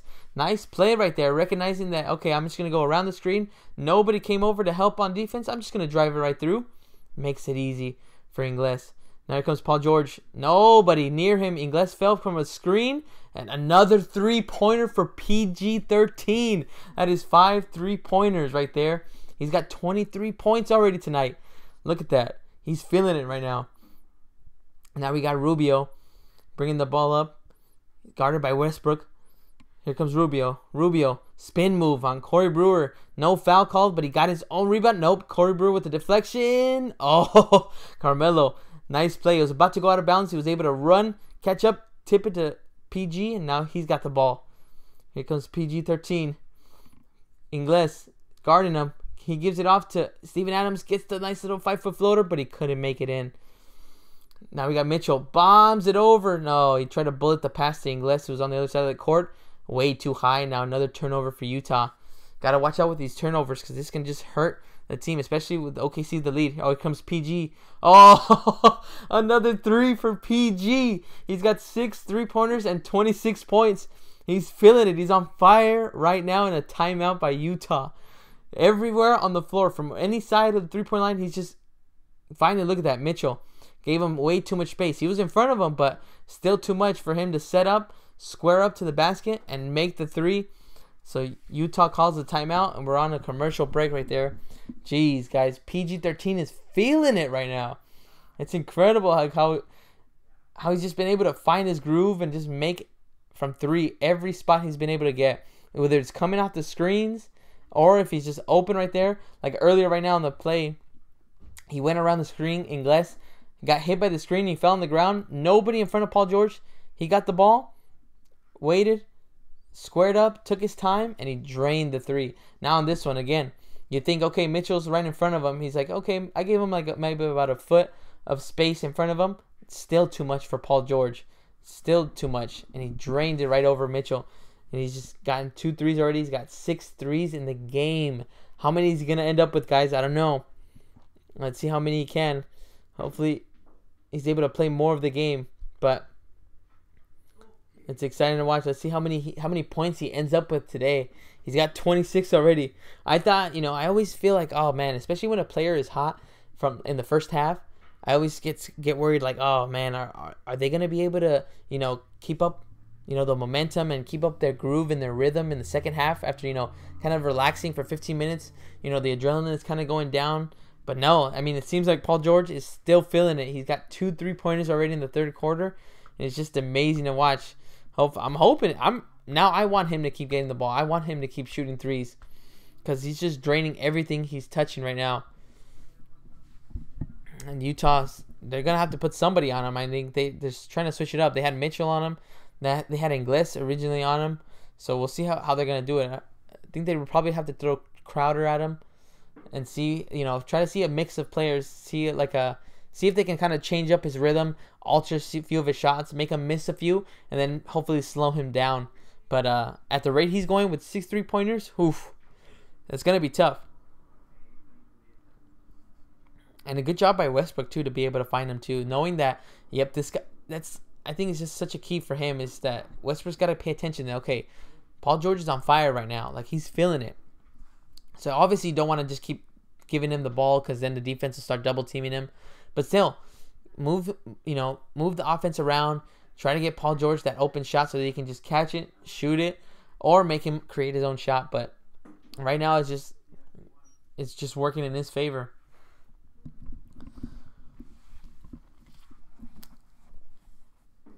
Hopefully they can keep going like that. I want him to keep getting the ball, guys. I want him to keep shooting. I want him to get 40. Let's see if he can do it. But then I also want to see the Jazz, somebody to step up. Somebody's got to step up either on defense like that and try to stop Paul George, or somebody on the offensive end and just start draining, 3s or scoring in the paint, something to help him out. Right, with the game coming back in right now, OKC's up 62-53. They're up by 9. Look at that second chance points that they highlighted. They got 11. Utah's only got 2. So we'll see what changes Quinn Snyder gave his team. Let's see if he made any substitutions. So you got Utah with the ball now. Mitchell, guarded by Brewer. He's bringing the ball up. Offense moving around right here. Now Mitchell going around the screen. Gave up his dribble.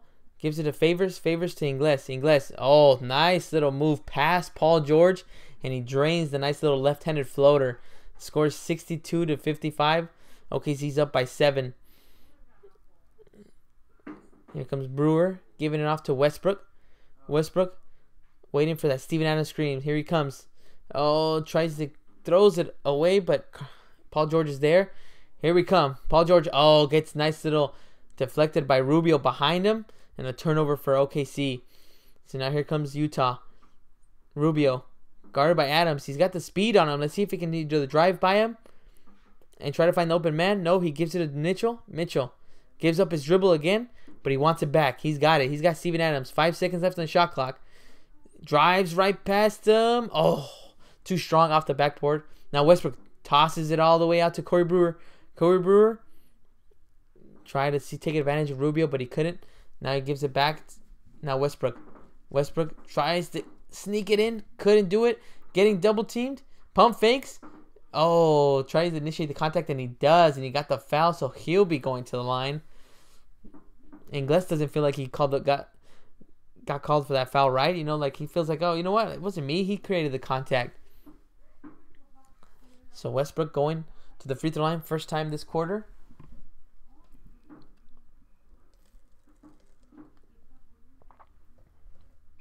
Here comes his first free throw, and he makes it in right there. Only 7 minutes and 30 seconds left in the third quarter already. Gosh, this game is going by so fast. It's always those type of games, you know, where like you're just so into it, you're so, you know, kind of invested or just excited for it. And they just go by so fast. Here comes Westbrook's second free throw. He makes it in. Increases the lead to 9, 64-55. OKC is up. Look at that. Westbrook's already got 16 points, 9 rebounds. He's got 3 assists. Still got a chance to get that triple-double. Here comes Rubio. Rubio driving it up. Rubio gets the ball back. Open. Nobody in front of him. Oh, actually, there's a foul call. So Utah throws the ball over. And now the OKC gets the ball back. Here comes Russell Westbrook. Westbrook, guard against Rubio. Westbrook, nice crossover. Gives it to Carmelo. Gets deflected, but Carmelo still has the ball. Carmelo, guard against Gobert. He's got the advantage. He can work his magic right here. Oh, tried to dribble around him right there and lost the ball. Another turnover for OKC. They're still up by 9, 64-55 with less than 7 minutes left in the third quarter. Here comes Rubio for Utah, giving it to Gobert, who gives it to Mitchell. Mitchell, nice little jab step to fake Paul George. Oh, try to give it to Rudy Gobert, and there's a foul called. There, Carmelo was just about to take off on the offense right there, but Mitchell apparently got fouled on the way up. Tried to find Rudy Gobert, but he just couldn't find him, so it was almost going to be a turnover. I wonder who the foul was called on. But it won't be a shooting foul, so they'll just take out. Here comes Rubio, who inbounds the ball, gives it to Gobert. Back to Rubio. Rubio, tried to find Favors, but it kicked ball, so they'll take out the ball again with 14 seconds on the shot clock. Here comes Rubio again, inbounding, gives it to Gobert. Back to Rubio. Here comes Ingles off the screen. Nobody in front of him. Boom. Makes the 3 right there. Brings the lead down to 6. 64-58. Here comes Westbrook. Backing down on Rubio. Using his strength. Look at that. Oh, went up. Finds Corey Brewer on the corner. Oh, another 3 right there. And this time for Corey Brewer. Now as the score is 67-58. OKC is up by 9 with 6 minutes and 15 seconds left in the third quarter. Rubio bringing the ball up. Gets a nice little screen. Open. Nobody in front of him. Off the front of the rim, but they get an offensive rebound. And it's Rubio who gets his own rebound. Here comes Rubio. Pulls up from 15 feet. This time he drains that shot. And he brings it now the score. 67-60. OKC's up by 7. Oh, here comes Westbrook. Backs down. Looks like Rubio flops. And an offensive foul is called on Westbrook. I think he hit Rubio right in the face with his elbow. Seemed like Rubio flopped at the beginning when he backed down. Let's check out the replay. Seemed like he kind of just flopped on that one. Let's see. Westbrook takes advantage. You know what? I'm taking advantage. Yeah, he hit him right in the face with the elbow. The second one would look like a flop too. That second one when he got hit in the face didn't look like it was a foul, but yeah. Here comes the Utah Jazz now. Rubio with the ball. trying to find the open man. Here comes Ingles off the screen. Ingles finds Gobert. Pump fakes it. Oh, couldn't make it, but he gets fouled by Corey Brewer, so he'll be going to the line for 2 more free throws. Again, it's that ball movement that's going to help Utah stay in the game and just, not let the lead increase for OKC.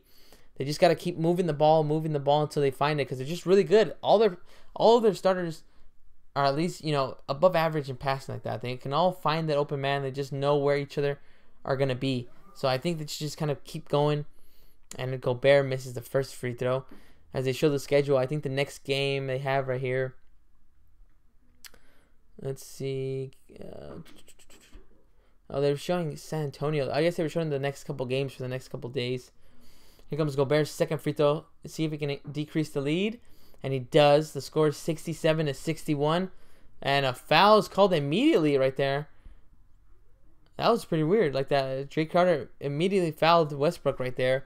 It got a little too aggressive.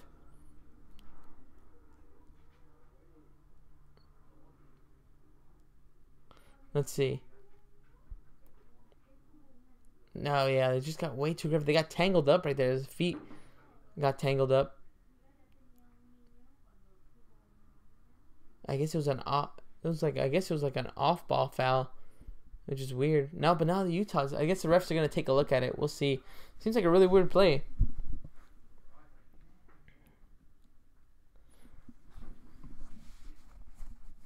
I want to see that play again. I feel like I don't know what happened. Whether it was like a, I don't know if it's like a technical foul because it was off the ball.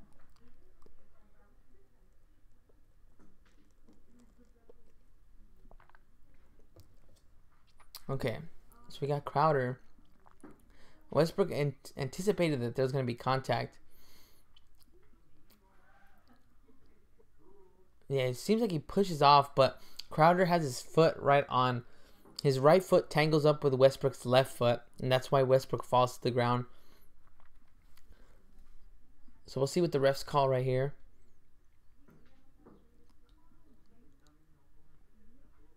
It seems it's in OKC's favor because Crowder doesn't like what just happened right now. He feels like he shouldn't have been called for the foul. Oh, it's actually a technical foul. I guess because off the ball because they hadn't received the ball yet. Interesting. So Westbrook takes the technical shot right there. And they get the ball back. So almost like a potential 3 or 4 point play. So we'll see if the OKC Thunder can take advantage of that. Crowder is not happy at all. So the score is 68-61. OKC is up by 7. Here comes Westbrook, who's guarded by Rubio.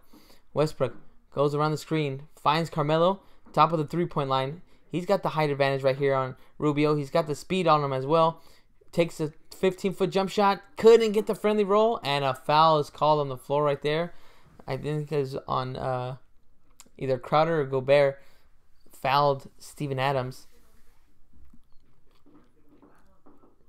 Let's see. Seems like there's very little contact on that one. So I guess it was on Gobert. So now he's going. He's got 4 fouls already. So we're probably not going to see him for the rest of the third quarter until the fourth. There's still 5 minutes and 18 seconds left. Here comes Westbrook. Westbrook kicks it right out to Carmelo. Carmelo finds Corey Brewer. Brewer goes around the screen. Gets guarded by Crowder. Now back to Carmelo. Carmelo working on Ingles. Let's see what he can do here. We're seeing a fadeaway. Spin move. Oh, drives it in. Gets the foul called on Ingles right here. So he'll be going to the line for 2 free throws. A couple of back-to-back fouls called already on Utah. And just giving OKC so many opportunities to score more points. There's still 5 minutes left in the third quarter. Ingles trying to talk to the ref. But you already know that they're not going to change the call. I guess he just kind of wants to do it just to see if he can get that call. Get called on the other end too. Here comes Carmelo Anthony's first free throw. Scores that one.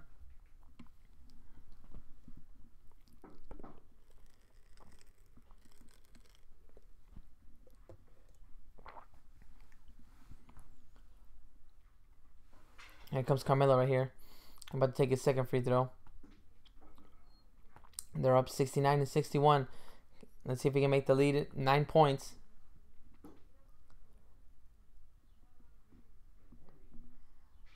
And and he makes his second free throw. So now the score 70-61. OKC is up by 9. Here comes Rookie Rubio right here, going around the Crowder screen. Rubio finds Crowder. Oh, gets a nice deflection by Russell Westbrook. Turnover. Here comes Carmelo. Nice defensive play by Rubio. Oh, and he still saved the ball. Oh, it's out of bounds, actually. So he actually took the ball away from Carmelo Anthony, but the ball was on the floor. Slipped. Let's see the replay. Nice defense. Nice hands. Almost lost the ball. It seemed like it stepped out. Yeah, it seemed like it was already out of bounds. Let's see if we can take a closer look. He was just losing his balance. Yeah, his hand was out of bounds. So when he touched the ball, the ball's now going back to OKC. And I think they just called a timeout, so we'll see what happens after that. Jeez. That was going to be a nice play because they turned the ball over, and now look at that. What better way to redeem yourself after you turn the ball over? Well, try to get another steal, get the ball back, and try to score too. And Rubio had nice quick hands, reached in, got the ball, but he just kind of lost his balance, and he just couldn't capitalize on that turnover. Yeah, OKC's been they've just been able to score more like that. They've been getting a lot of fouls called on them. Ingles has been called for fouls. Crowder got called for a few fouls. Gobert has 4 fouls already, so he's out of the game until the fourth quarter. They haven't been able to score so much since the third quarter started. I mean, obviously Paul George, they've been able to not let Paul George score. He hasn't been able to hit any threes so far since those first 2 that he made at the beginning of the third quarter. But they're still down by 9 points.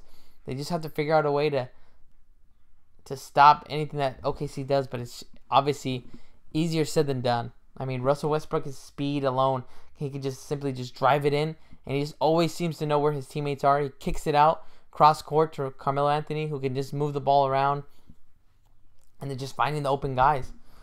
The Jazz are just having a lot of trouble scoring too. Mitchell hasn't been able to get going right now in the third quarter. He was able to hit a 3, but I think that's all he's scored this quarter so far. Rubio has been able to hit, I think, a jump shot as well, and Favors hasn't been able to get anything at all. So let's see so this is where I think it's gonna just depend on the role players in the bench for Utah to keep them in the game or even make the game even closer. I mean, they're just not scoring enough. Obviously, easier said than done, like I said before. But we'll see if they change anything up after this timeout. Make any substitutions like that, anything that can help them, like the spark, and just kind of get this team going.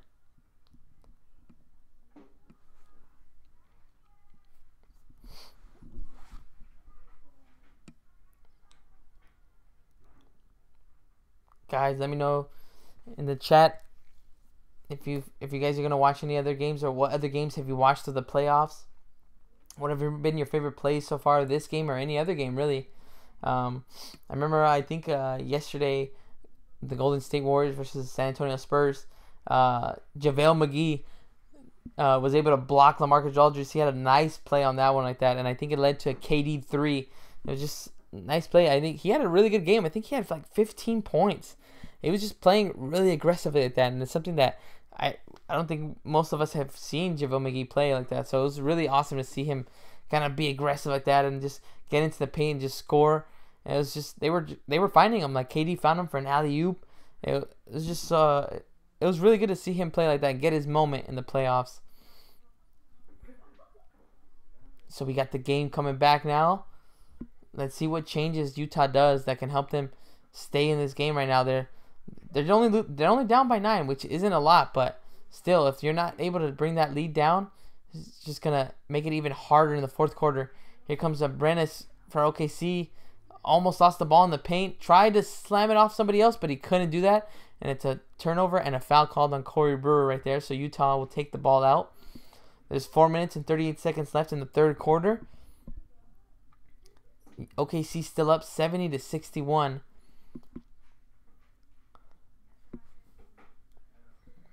We got Donovan Mitchell right here, bringing the ball up.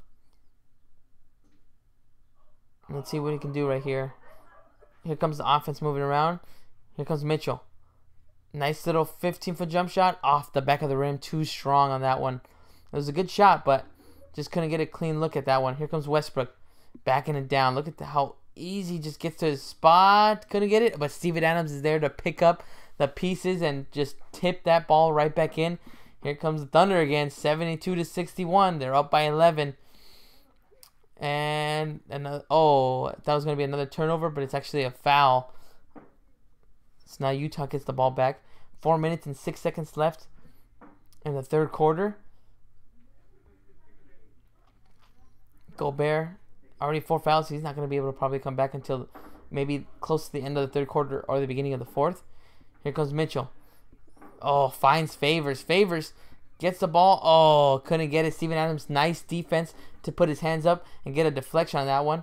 Here comes Westbrook, drives in, doesn't get a foul called, misses it. Now here comes Donovan Mitchell, driving it in. Oh, he tries the Euro step. Oh, he made it. What an awesome play. No foul called, but Donovan Mitchell tried a nice little Euro step, trips and falls, throws the ball up. Nice touch off the glass. Awesome play by Donovan Mitchell. He's got 18 points. Let's see if that kind of pumps the Utah Jazz up, you know, and try to get them back into this game. They're down by 9, 72-63. Russell Westbrook, 18-foot jump shot. Couldn't make that one right there. And here comes Crowder with the ball. Crowder finds Mitchell. Mitchell.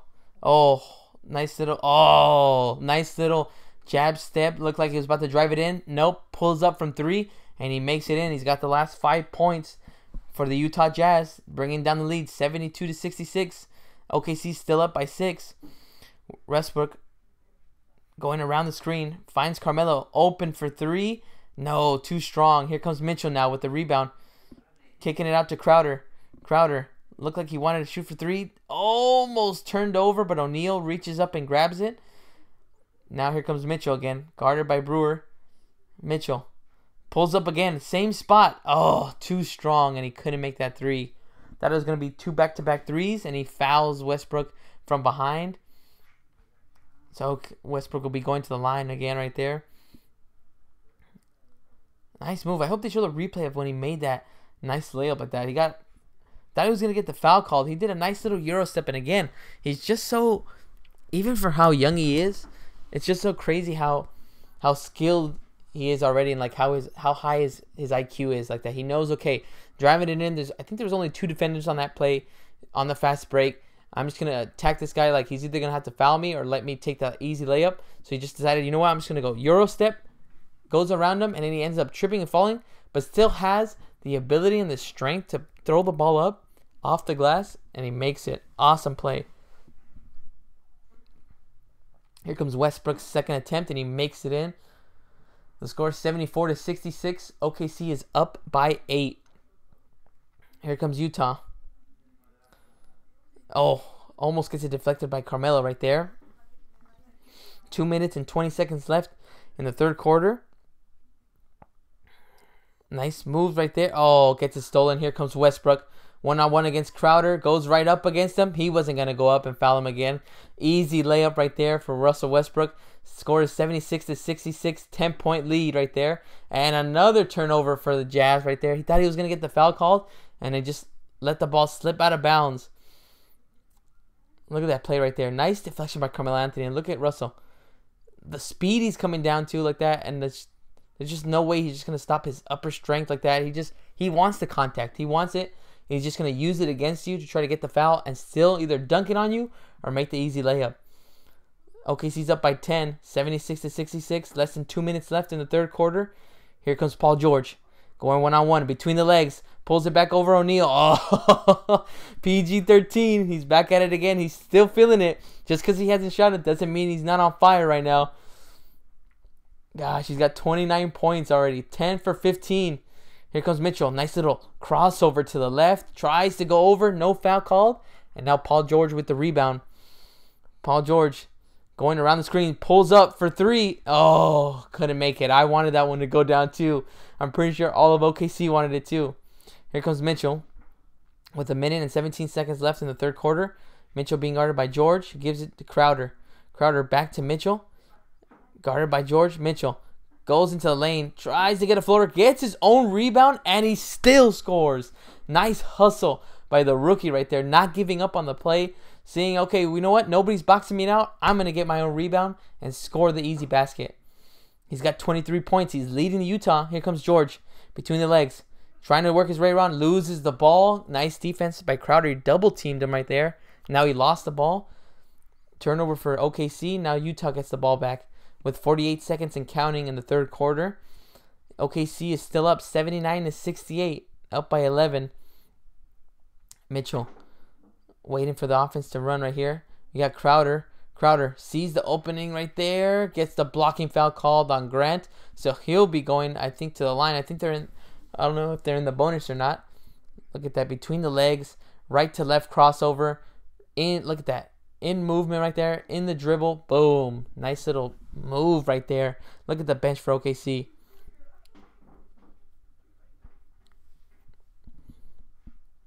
Here comes Crowder at the line right here for his free throws. Makes the first one.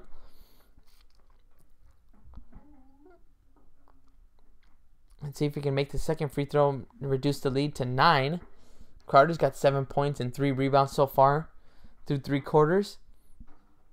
And he makes it 8 points for him.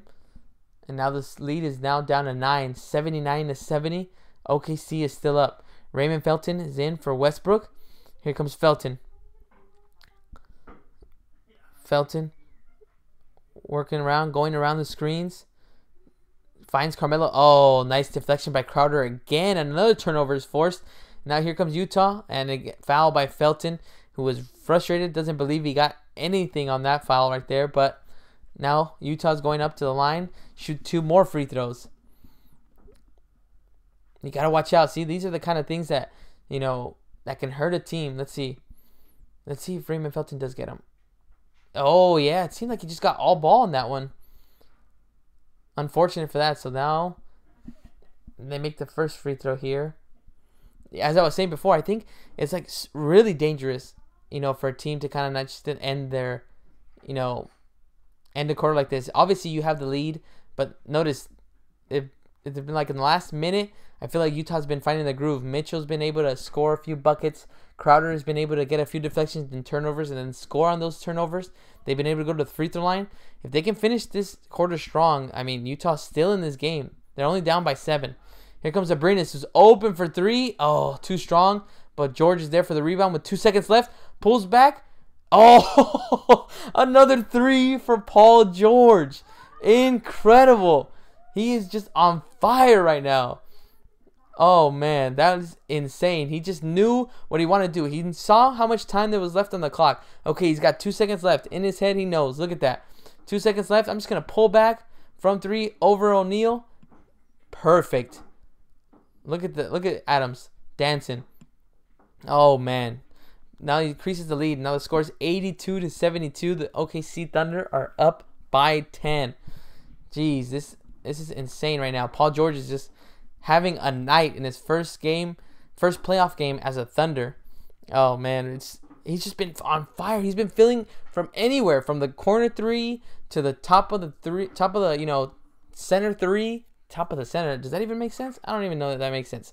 Top of the key 3-pointer. He's been able to hit it from every angle right there, off the screens. He's just feeling it from 3-pointer.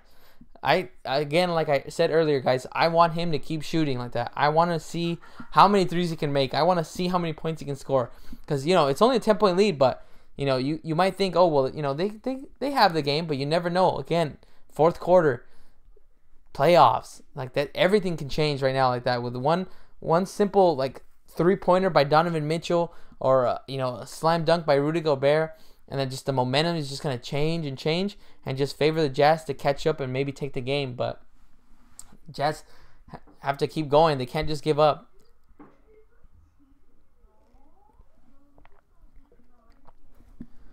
Oh, man. It's been an exciting game so far, guys. I'm really glad that I chose this game to do a play-by-play because I feel like there's been just so many good things in that. From Donovan Mitchell's dunking, from Russell Westbrook getting the steal and jamming and trying to break the rim, to Paul George making about, I don't know, how many does he have? Let me look it up right now. I have to look it up. I think he has 7 threes already. Let's see. 7 3-pointers. Let's see. Paul George. Paul George. Let's see how many threes he has so far.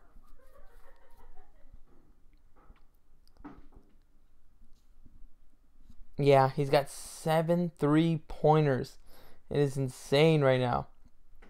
He's just feeling it, and I'm glad that he's feeling it now. Like, which is the best part. I think it sucks to see when teams are like, oh, they're like on runs in the regular season, but then when it comes playoff time, they just hit a dry spell, and then they can't make anything, and it's just like a struggle for them to even score. And I guess the opposite happened to Paul George. He was having a struggle in the second half of the season. Wasn't able to find his three-point shot. He was just not being able to score like how he usually was able to score. Obviously, he's still a great player. He's still able to drive it in and, get those dunks, get those nice layups. Still has a mid-range shot. But the three was one of those things that he was able to add to his game this year.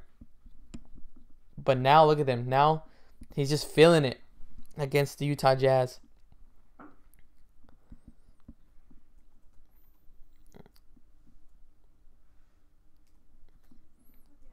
Let's see. I want to check the box scores right here. Yeah, Paul George has got 31 points. It's insane right now. 31 points and 5 rebounds. Westbrook's got 21 points, 10 rebounds, 4 assists. Carmelo Anthony's got 11. I mean, the top big three are doing it right now. That's what keeping them with the lead of 10 points. So we got the game back going right here, guys. Fourth quarter. Exum giving it off to Ingles to O'Neal giving off to Crowder, who gives Ingles corner three, off the front of the rim. But look at that, got his own rebound. Look at that, O'Neal drives it in, nobody comes up to him. And then it's gonna be Utah Jazz ball right there. Look, I like how they started that fourth quarter though.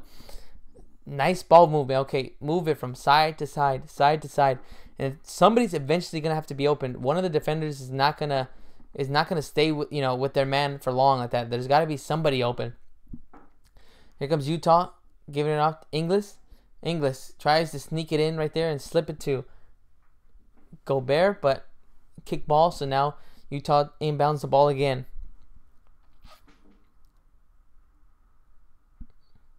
Crowder gives it off to Exum. Exum dribbling around 2 screens. Trying to find Gobert. Nope. He just decides, I'm just going to do it myself, guys. Goes right off the backboard right there. Nice little layup and nice touch to get those 2 points. OKC is up 81-74. They're up by 7. Here comes Felton. Nice crossover on Exum. Gets open for 3. Too strong right there. That would have been a nice little punctuation after the crossover. Here comes Ingles right here. Ingles finding Gobert. Gobert trying to get the ball back to Ingles. Ingles, back court violation. Nobody touched that ball right there. So now another turnover that's gonna hurt them. OKC gets the ball back. They're still up 81-74. Here comes Raymond Felton. Paul George is in the game, so you already know that I want him to get the ball. Let's see what he can do. He's been able to attack and just beat every defender, either by threes or just driving it in.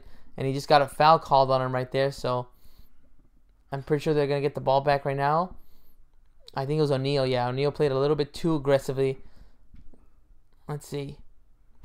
Yeah, he just kind of stayed up to his hip, got his feet tangled, and got the foul called. So now OKC will be inbounding the ball.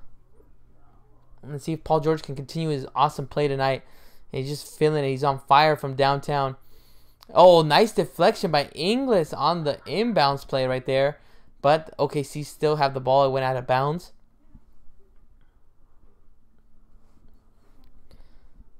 Another inbounds play for OKC. Now Grant has it, giving it off to Felton. Felton gives it off to Grant. Grant is guarded by Gobert. Gives it off to Patterson. Patterson to George. This is the man you want the ball with. Step back. Fade away from 20 feet, and Paul George is still feeling it. 33 points for Paul George. He's taking over the game right now. He's giving them the lead of 9 now, 83-74. OKC is up. Here comes Exum again. Goes around the screen. Nobody comes up to try to defend him and step up. He's like, okay, I'm just going to take it on my own. Attacks the basket aggressively, and he gets another 2 points. He's got 8 points so far. Brings the lead down by 7. Here comes George. Moving. Crossover. Between the legs. Doing anything he can. Now he's getting double teamed. Here comes Grant, who finds Abrinas at the corner. Another 3 for OKC. They are just hitting from 3-pointers. They're being led by Paul George right now. Like, he's just been able to hit every 3 he shot. Now Abrinas is getting into it. Here comes Exum right here. OKC's up by 10, 86-76. Exum driving against Grant. Nice spin move. Oh, and he makes again another. He's been able to attack the basket back-to-back times. He is doing it himself right now. He's pumping himself up. He's got the last 6 points for the Utah Jazz right now. He's keeping them in the game. OKC's still up by 8, 86-78. Here comes Paul George. Let's see what he can do. Oh, behind the back crossover. Oh, another three-pointer for Paul George. Oh, man. That one's is probably going to be one of the best because not only did he do behind the back, but he was able to either a little push off against O'Neal. O'Neal fell to the ground. Now everybody's going to think he got crossed over. And he drained the three. Oh, Exum turns the ball over. Here comes Felton. Oh, gets fouled by O'Neal right there. Stops the play right there because OKC was running down the court and transition. I hope they show that replay by Paul George again. Let's check it out. O'Neal playing aggressive defense. Oh, nice little behind the back. He was playing too aggressively. Got a little push off. George got, maybe a little push that helped O'Neal get on the floor, get away from him. Look at that. Easy three. 36 points. Paul George, yep, he wants the ball. Nice little, look at that touch pass. Grant tries to go over Gobert, but he couldn't get it. Now Exum. Exum's been having success driving it in. Finds Ingles. Ingles finds Gobert. Nice little floater from 5 feet, and he makes it in. OKC still up 89-80. Paul George is just having success on anybody. Anybody that defends him. O'Neal, Ingles, doesn't matter who it is. He hands it off to Grant. Grant finds Abrinas again in the corner. Another three for Abrinas and another one for OKC, bringing the lead up to 12, 92-80. With 8 minutes and 20 seconds left in the fourth quarter. They're trying to pull away. And yep, timeout by Utah Jazz right here. Carmelo Anthony's pumped up. He's cheering on the crowd. Grant again finds Abrinas in the same exact spot. It was almost the exact same play. He's been able to just kind of drive it in. Seemed like he was going to attack the rim. Turns around, finds Abrinas, nobody guarding him. Easy three-pointer. Oh man, guys. See, this is the kind of start that OKC needed. They needed to have that kind of, okay, well, we have a lead, but we don't want to give it up. So, what better than to have the guy with the hot hand, Paul George, stay in the game, stay in the fourth quarter. I like how Billy Donovan splits up the breaks. I know that the starters are like, okay, Carmelo, Paul George, Russell Westbrook. But I like when it's like after that, how you utilize them. Obviously, you don't want them to keep, all of them sit down at the same time. So I like how they break it up. I like how they maybe sit Paul George first or Carmelo Anthony, have Russell Westbrook, kind of just take over the first quarter. Then the second quarter starts, Paul George is fresh and he's ready to go and he's ready to play like that. And he can take over the offense, kind of lead the offense until Russell Westbrook comes back. So that's just kind of been working out, obviously, this whole game. If Westbrook's not the one in the game scoring, Felton will kind of lead the offense, give it off to Paul George, and just Paul George is doing his thing like that. On anybody that's guarding him, he'll just start working his magic, doing his little crossovers left to right, between the legs, behind the back, fadeaways. It's just incredible, the display that he's showing on the offensive end like that. It's so awesome. And it's just great to be able to see it live right now. He's just racking up points. I'm rooting for him to keep scoring now. I think he has over, probably like 37 points probably. Let's check it out right now. Let's pull up the scores.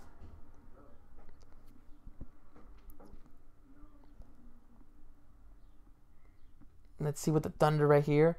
Yeah, Paul George got 36 points. He's just a few points away from having a 40-point playoff game. And what a way to start, like your first playoff game, with OKC scoring 40 points. I mean, and that's just the right momentum you want to have like that. Especially at home, you have all the momentum on your side. It's just so awesome to see.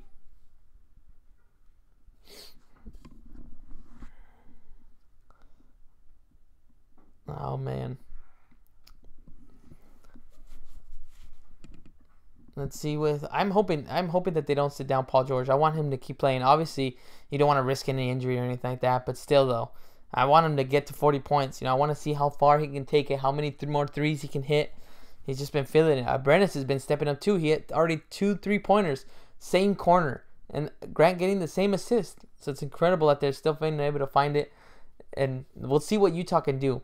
See, Utah just needs to find a way to adjust like that, stay Obviously, you're at this point, you're not going to be able to stop Paul George. So I think the key is now try to stop everybody else around Paul George. Try to stop, Raymond Felton from trying to drive it in and find somebody else. Don't let Grant pass it out again to Abrinas to get another corner three. So you got to keep them off that 3-point line and just see where they can go from there. And obviously, they still have to score too.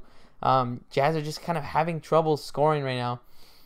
Exum was able to, I think at the beginning of the fourth quarter, drove it in 3 times back to back off of screen and rolls, and he just finding the lane like that. He's able to see where the defense is playing him, seeing that nobody's coming up to step up and guard and try to defend his layups. So it's like, okay, you know what? Just going to score this easy basket.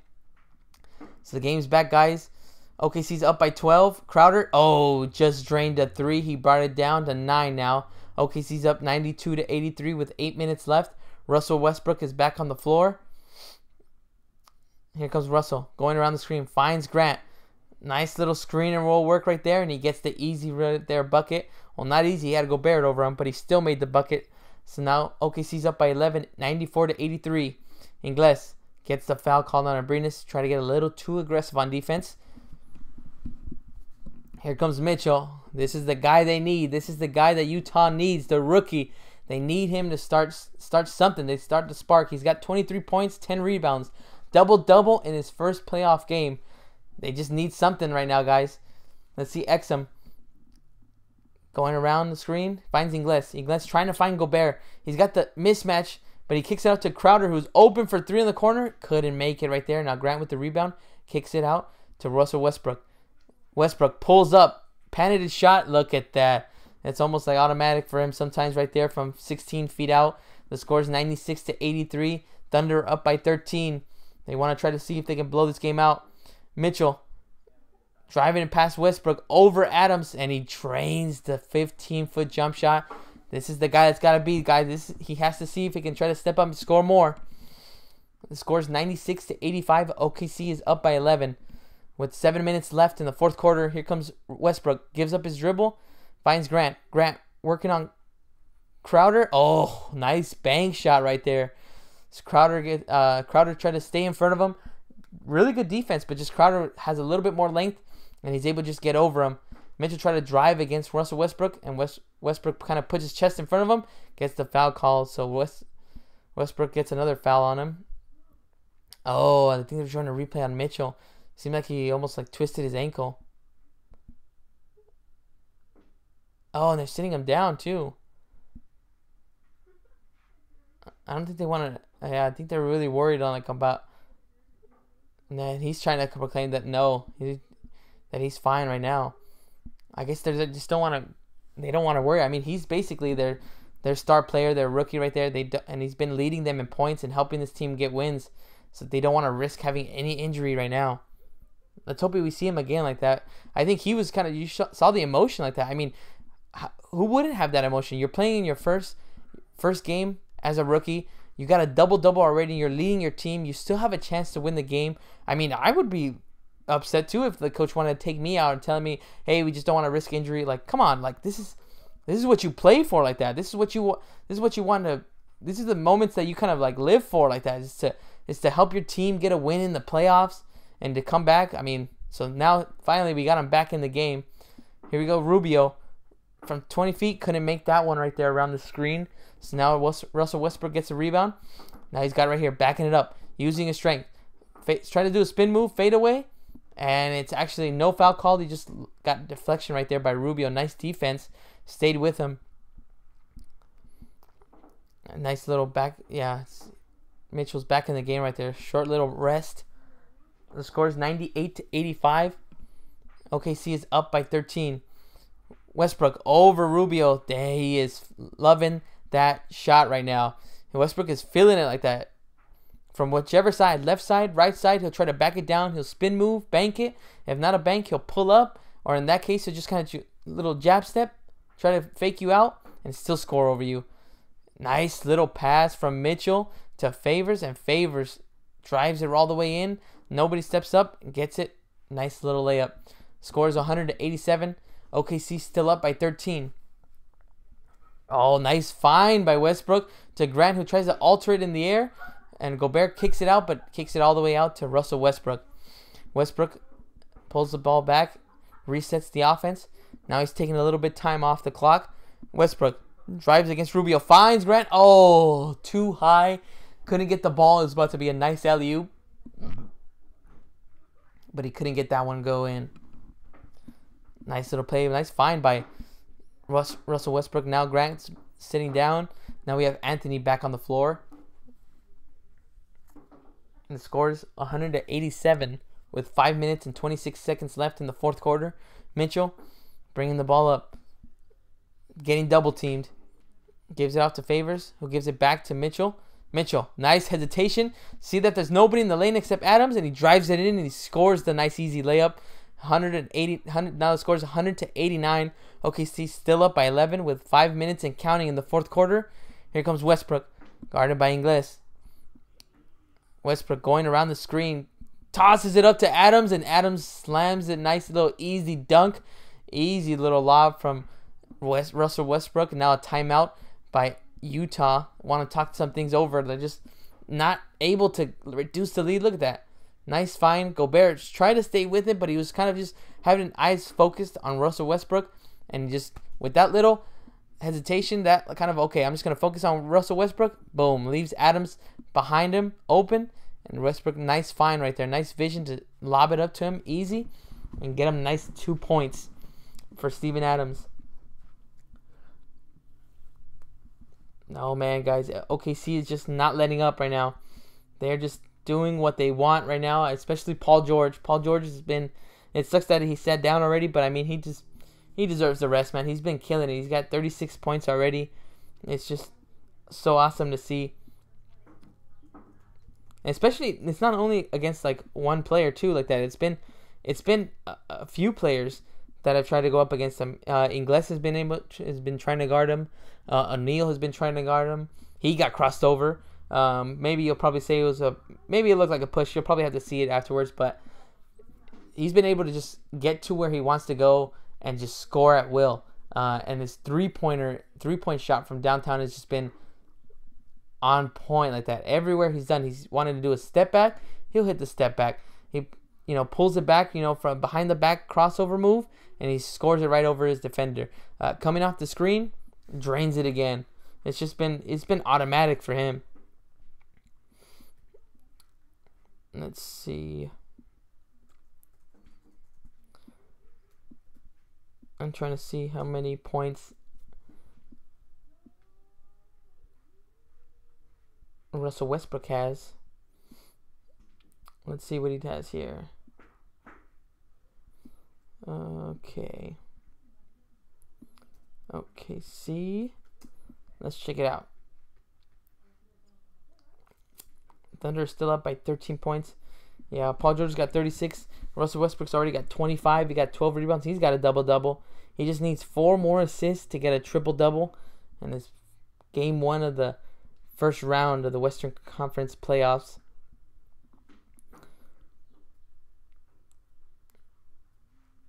It's been a nice effort for Thunder right now. OKC just needs a little bit more like that. They need to just get a little bit more effort. Right now, Mitchell was having to kind of have to score the points. I don't know. I wonder if Exum is still in the game, because he was able to drive in, at will right now. Just being able to score layups, especially when he had Raymond Felton on him. He was just able to take advantage, drive it against them, and score the basket. So we'll see if he's still playing in the game right now.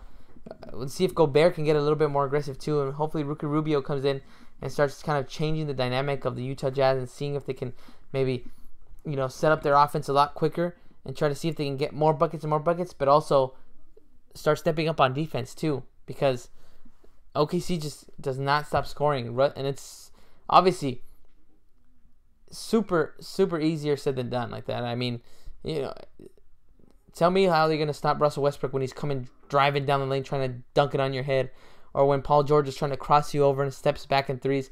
It's tough, but I mean, as long as the defenders of Utah can stay in front of their guys and not have like little defensive lapse and keep their hands active and try to get deflections like Crowder was doing earlier, they can try to stay and make the game even closer. So Rubio's back in the game. Here comes Rubio, giving it off to Favors. Favors driving against Corey Brewer. He's got the mismatch. Nice spin move, and he jams it right there. Nobody helped in right there. Nobody helped out Corey Brewer, so Favors took advantage. Spin move. He had the size. He knew Corey Brewer couldn't have him. Here comes Westbrook. Westbrook going around screens. Tries to... Oh, what a lob and what a jam. A one-handed alley-oop jam by Steven Adams. Oh, but it looks like... Oh, it looked like he probably stretched out his arm. Yeah, it looks like he's not moving his right arm. Yeah, I feel like he stretched that one out way too far. He probably extended it a little too much. Here comes Mitchell. Oh, gets it stripped. Nice strip by Russell Westbrook. Carmelo tosses it all the way to Corey Brewer, who's on the other side of the court. He gives it off to Adams. Adams to Carmelo, who's open. Boom. Another three for OKC. The score is 107-91. They are just blowing this game right now out of the water right here. Carmelo's got 14. Here comes Rubio. Driving it in. Little fadeaway off 1 foot. Couldn't make it right there. Now Paul George is back in the game, and he got his first rebound. We'll see. Hopefully Steven Adams is okay. He had to reach back for that lob from Russell Westbrook. Here comes Westbrook. Another one. Oh, this time he couldn't get it. And he hands it back. Oh, like nice little 1-2 pass from Russell Westbrook to Steven Adams. Adams sent it back to Westbrook. And then Westbrook gave it back to Adams for the nice easy points. Utah's got to call another timeout. It is incredible the flow that they're in right now. The OKC is just feeling it. Look at that. OKC, look at that. Gives it off. What a slam dunk like that. What a lob. Look how far back Adams had to reach for that one. He's like, oh. And as soon as he did it, his arm just kind of like, oof. Probably just hyperextended. Hopefully it's nothing too serious. Oh, man. But they're just feeling it right now. The scores right now is, let's see. 107-91. Jazz are not doing good right now. They're just defense is not keeping up with the speed that Russell Westbrook has. Like Russell just kind of keeps the offense moving like that. He wants to kind of get the ball, bring it up, not try to use too much of the shot clock, and just trying to either drive it in and find whoever's open. Usually in that case, it's going to be Steven Adams. And as you've seen right now, he's already given it to him, giving him a lob, already 2 lobs like that. And then he's able to, drive it in. And if he gets double teamed, immediately sees, all right, I'm going to jump up, try to find the open guy, and just bullet the pass right to him so he can just bring it up to the basket and score.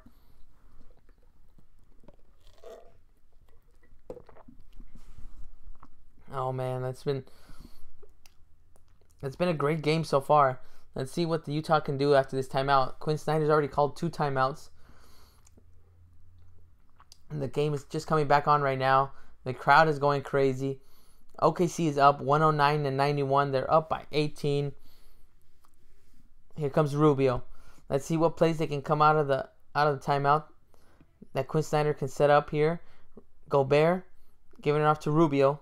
Rubio going around the Gobert screen. Finds Ingles open. Nobody within 10 feet of him right there. And he still scores the 3-pointer right there. Open. Reduces the lead now 109-94. It's a 15-point lead. Here comes Russell Westbrook. And Russell Westbrook going around 2 screens. Trying to get into the lane, and he gets fouled right there. I think it's going to be on Ingles. Ingles tried to stay with him right there. But I get just too aggressive right there, and Russell Westbrook got fouled, so they'll be taking the ball out. There's only 2 minutes and 44 seconds left in the game. OKC is still up by 15 points. I believe it's 109-94, I think. Here comes Russell Westbrook. Pulls up from 3. Oh, too strong. Couldn't get it. Rubio came up with the rebound. Now we got Rubio speeding up. Oh, taking it coast to coast. Couldn't make it. Gobert slams it down. Nice little putback. He tried to just tip it in. Couldn't make that one. You know what? Decided I'm just going to go up and slam it down. Nobody's going to try to touch me while I aggressively dunk the ball. Nice play by Rudy Gobert like that. Yeah, that first tip in was just like, okay, I'm just going to try to tip it in. But yeah, like, he's like, you know what? I'm tired of just tipping it in. I'm just going to dunk it. Another foul called on Crowder. He's not happy with the fouls being called on him. There's only 2 minutes and 17 seconds left. Here's where Utah has to kind of get the stops that they need, but I think they're starting to make substitutions now. So it seems like they're Inglis already has 5 fouls. They're already making their substitutions, so Snyder might be saving it now because he put Exum in already. Here comes Westbrook. Westbrook going around the screens, drives it in, almost makes the basket. Oh, Adams was right there for the putback. Instead of jamming it, he just tried to gently put the ball back into the basket, but he misses it. Now Crowder misses a three-pointer, but Russell Westbrook gets the rebound. Here goes Westbrook. Gosh, so fast, so strong, and he scores the basket right there. No foul called, but he still was able to just, get the contact, use the contact, and just put the ball in the basket. Oh, nice little bucket right there for Utah. Makes the score 111-98. They're only up by 13 points, but there's only a minute and 38 seconds left. Here comes Paul George. He's been on fire, one-on-one. Let's see what he's going to do. Between the legs. Back and forth between the legs. Crossover. Pulls back. Oh, too strong right there. Nice little step back move. Nice between the legs move to try to get the defender off of him, but couldn't make that step back jumper. Here comes Crowder. Aggressive. Tries to go aggressive against Carmelo Anthony, but he gets the foul called. So he'll be going to the line. Look at that. Big three. 36 points for Paul George. Russell Westbrook has 27. Carmelo Anthony has 14. I mean, it's as much as it sucks to say, I think that's just going to have to be how the OKC is going to play throughout the playoffs, and how they're going to have to win games. It's just the big three have to step up, with one or two of them that aren't able to get their shot on and not able to score or not able to impact the game. It's going to be tough for just one guy to carry the load. And Crowder makes the first free throw. But yeah, it's still an exciting game. They just never seem to be phased that they were down early in the first quarter. They were down 11-2, and they just didn't let it bother them. They called a timeout. Billy Donovan let them know that they were still in control, and they took over the game. And there's Crowder's second free throw, and he makes it. The score is now 111-100. OKC's still up by 11. Here comes Westbrook. Seeing that the defense isn't set, he's going to take it all the way. Oh, didn't make it like that. Tried to make it all the way, spin move, but he didn't get the foul called. Here comes Utah. Exum giving it off. Oh, open corner three. Drains it.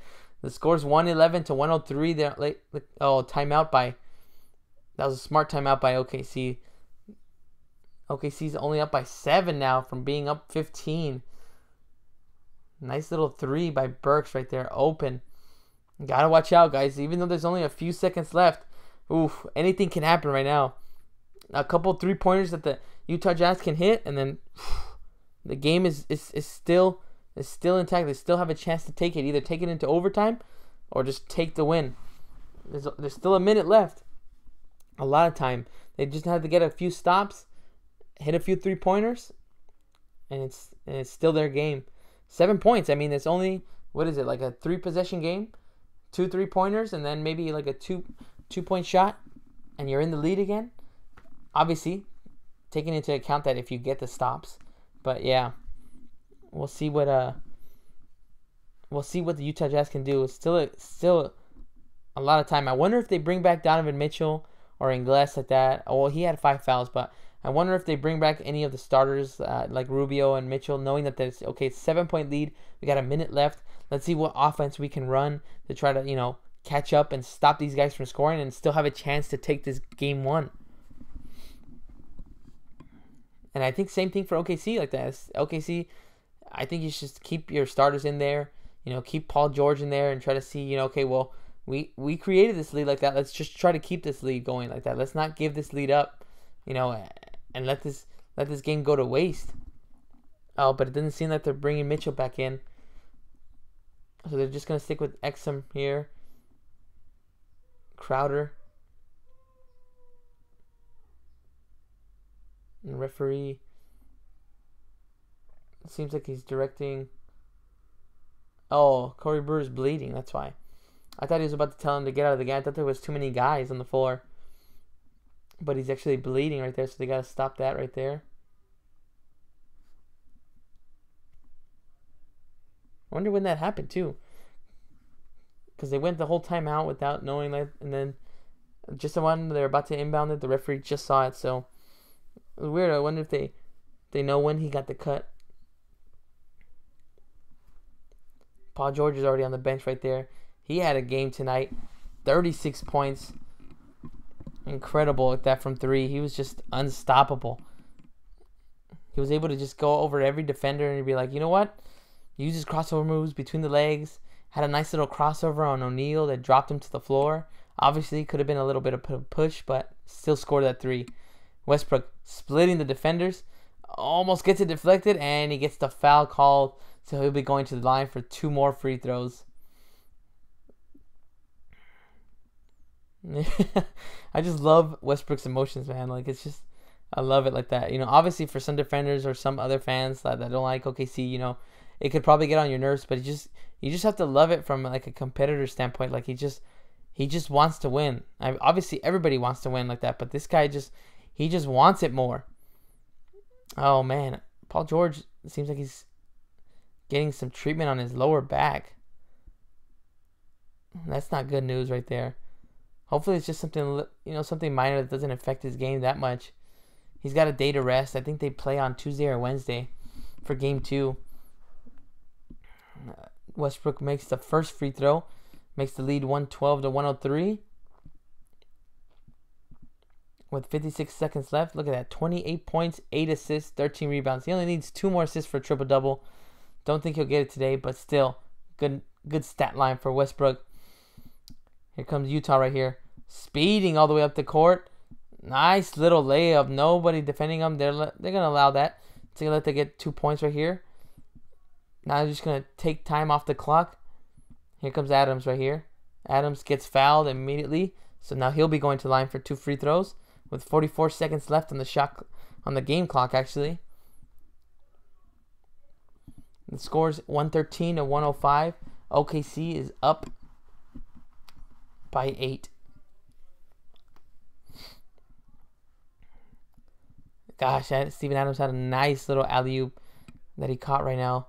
One-hand alley-oop from Russell Westbrook. Nice play. Misses the first free throw. But then it seemed like he messed up his arm. It seemed like he extended it way too back. But he still was able to jam it down. So luckily, he's still in the game. So he's a tough guy from what I've always heard like that. So good thing that nothing happened to him. Makes the second free throw. Increases the lead to 9. Here comes Utah. Now I got to pull up 3. Oh, it drains the 3. Now the score's 114 to 108. And now Utah got to play really tough defense. Try to strip the ball. Oh, bullets the pass right there. But I think there's going to be a foul call on Steven Adams. So he'll be going back to the line. Gosh, they drained the 3. Nice play right there by Utah. Now the score's 114 to 108. They're only down by 6. 2-possession game, guys. If they can try to, you know, get the stops, hopefully they miss free throws. There's still 34 seconds left. If you can get up and down the court as quick as you can, this is so beneficial and you still have a chance in this game. You just got to hope that Steven Adams misses his free throws. And he misses the first one. Utah still has a timeout. OKC still has a timeout. I feel like you just kind of do the same, you know, the same moves that you did earlier right now. Just get the ball and bring it quickly up the floor. And Adams makes the second free throw. 108 to 115, 7-point game. Let's see if we can get the same result. Crowder open for 3. Oh, in and out. Couldn't get that one. And it's out of bounds, and it'll be OKC ball right there. Nice little position by Utah right there. I thought they were going to get it. It's actually under review, so the referees will start reviewing it. Let's see who's on. Ooh. It's so hard to tell. It looks like it was Carmelo, the last ball to touch it. No, I think, yeah, it was Jazz, so it's OKC ball. I think that's what... Yeah. I think it was Jazz player that last touched it. So OKC will get the ball. I think that was what they originally called, so the call's going to stand right here. See, I'm telling you guys, they had a lead, like about 15-point lead. And it started dwindling down. Okay, there was a minute left. Now it was the closest it got was 6 points. So, I mean, anything can happen. I got God King right here. Says, what's up, God King? He says, do the Rockets game. Oh, man, dude. I want to. I really do. But I actually already have to do something else right now after this. That's why I planned it out. I was either going to do the Celtics or Celtics. Why am I blanking out? Bucks game, or I was gonna do the Cavaliers Indiana game, and I couldn't do either of those two. So now I was like, you know what? I really want to do this Jazz versus OKC game. So that's why I just decided to do this one. Hopefully, if I can, God King, I'll go ahead and do that Rockets game 2 like that. Hopefully against Timberwolves. Hopefully. And if not, if anything happens, then hopefully I can at least, if my plans don't, if they cancel out today, then I'll probably just come back on and then and do the second half of the Rockets game or something like that. Hopefully I can catch it. But yeah, man. Hopefully you enjoy it. Though it's gonna be an exciting game. I even though it's like a 1 versus 8. Oh, but yeah. Thanks, man. I appreciate it. I appreciate it, God King. Thanks, man. Yeah, I'm hoping to do more. I'm hoping to at least catch it. What my plan was originally was to kind of try to do just depending on work, on what happens at work. I try to see if I can do a few more games, like a playoff game a day. But it just depends on what time I get off during the week. I wanted to mix it up. I wanted to at least do a game for each series, and see if I can kind of do that and try to make it interesting. Like obviously for this series, like okay, game 1. So maybe like I was hoping to do like the Warriors San Antonio game. For sure, I wanted to do like the Cleveland versus Indiana game to call that game, and then hopefully I have to at least call a Rockets game. So yeah, man, I hope so. Hopefully I can do it, and if you're free, you can listen into the game so that we can watch it right there and see what Houston can do. I'm excited though, man. I hope they can get far though. They just look so scary like that. It's just how they've been unable to stop how are you gonna be able to stop that kind of trifecta of Clint Capella, CP3, Harden like that? And it's not only them though. Like they just have like the perfect role players. They got like man. Thank you though, dude. Thank you for subscribing, man. Now we got the game back on, guys, and I think Utah's still trying right now. Still trying to get those fouls called.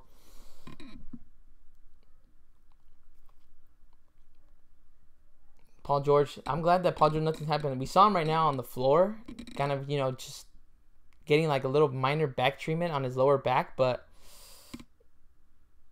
it seems like he's okay now. So now we got Carmelo at the free throw line. Makes the first free throw. Brings the lead right there back up to 8.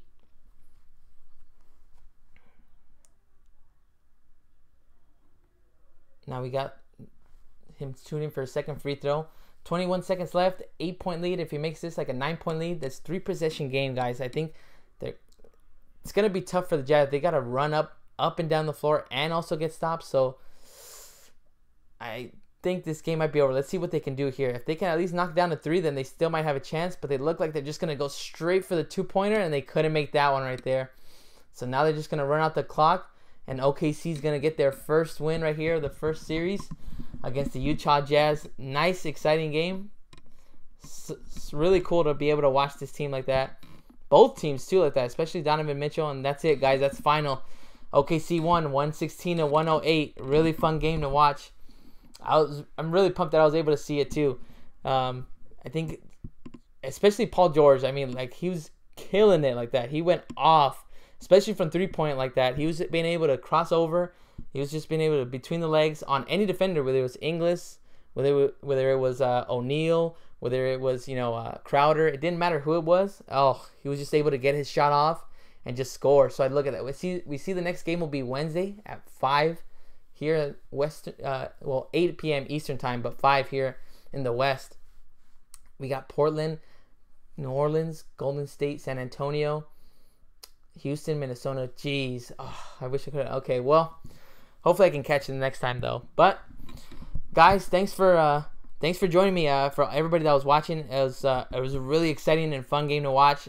Thanks for listening like that, and again, guys, if you liked it, make sure to subscribe. I'm going to try my best to catch as many games as I can and just try to call play-by-play. I'm just trying to do this thing, to practice, use my skills. I love watching basketball. Obviously, my team is the Lakers, so they're not in the playoffs, but doesn't stop me from enjoying basketball and watching the playoffs and watching other great teams make it to the finals. So guys, if you like it, make sure to subscribe. I'll try. Really, again, I'll try. I'm gonna keep repeating it, but I'm gonna try my best to try to at least catch as many games as I can, and just keep practicing my play-by-play. You know, see where it takes me. So thanks, guys, and I appreciate you guys watching the video, and hope you guys have a good rest of your day. Thank you.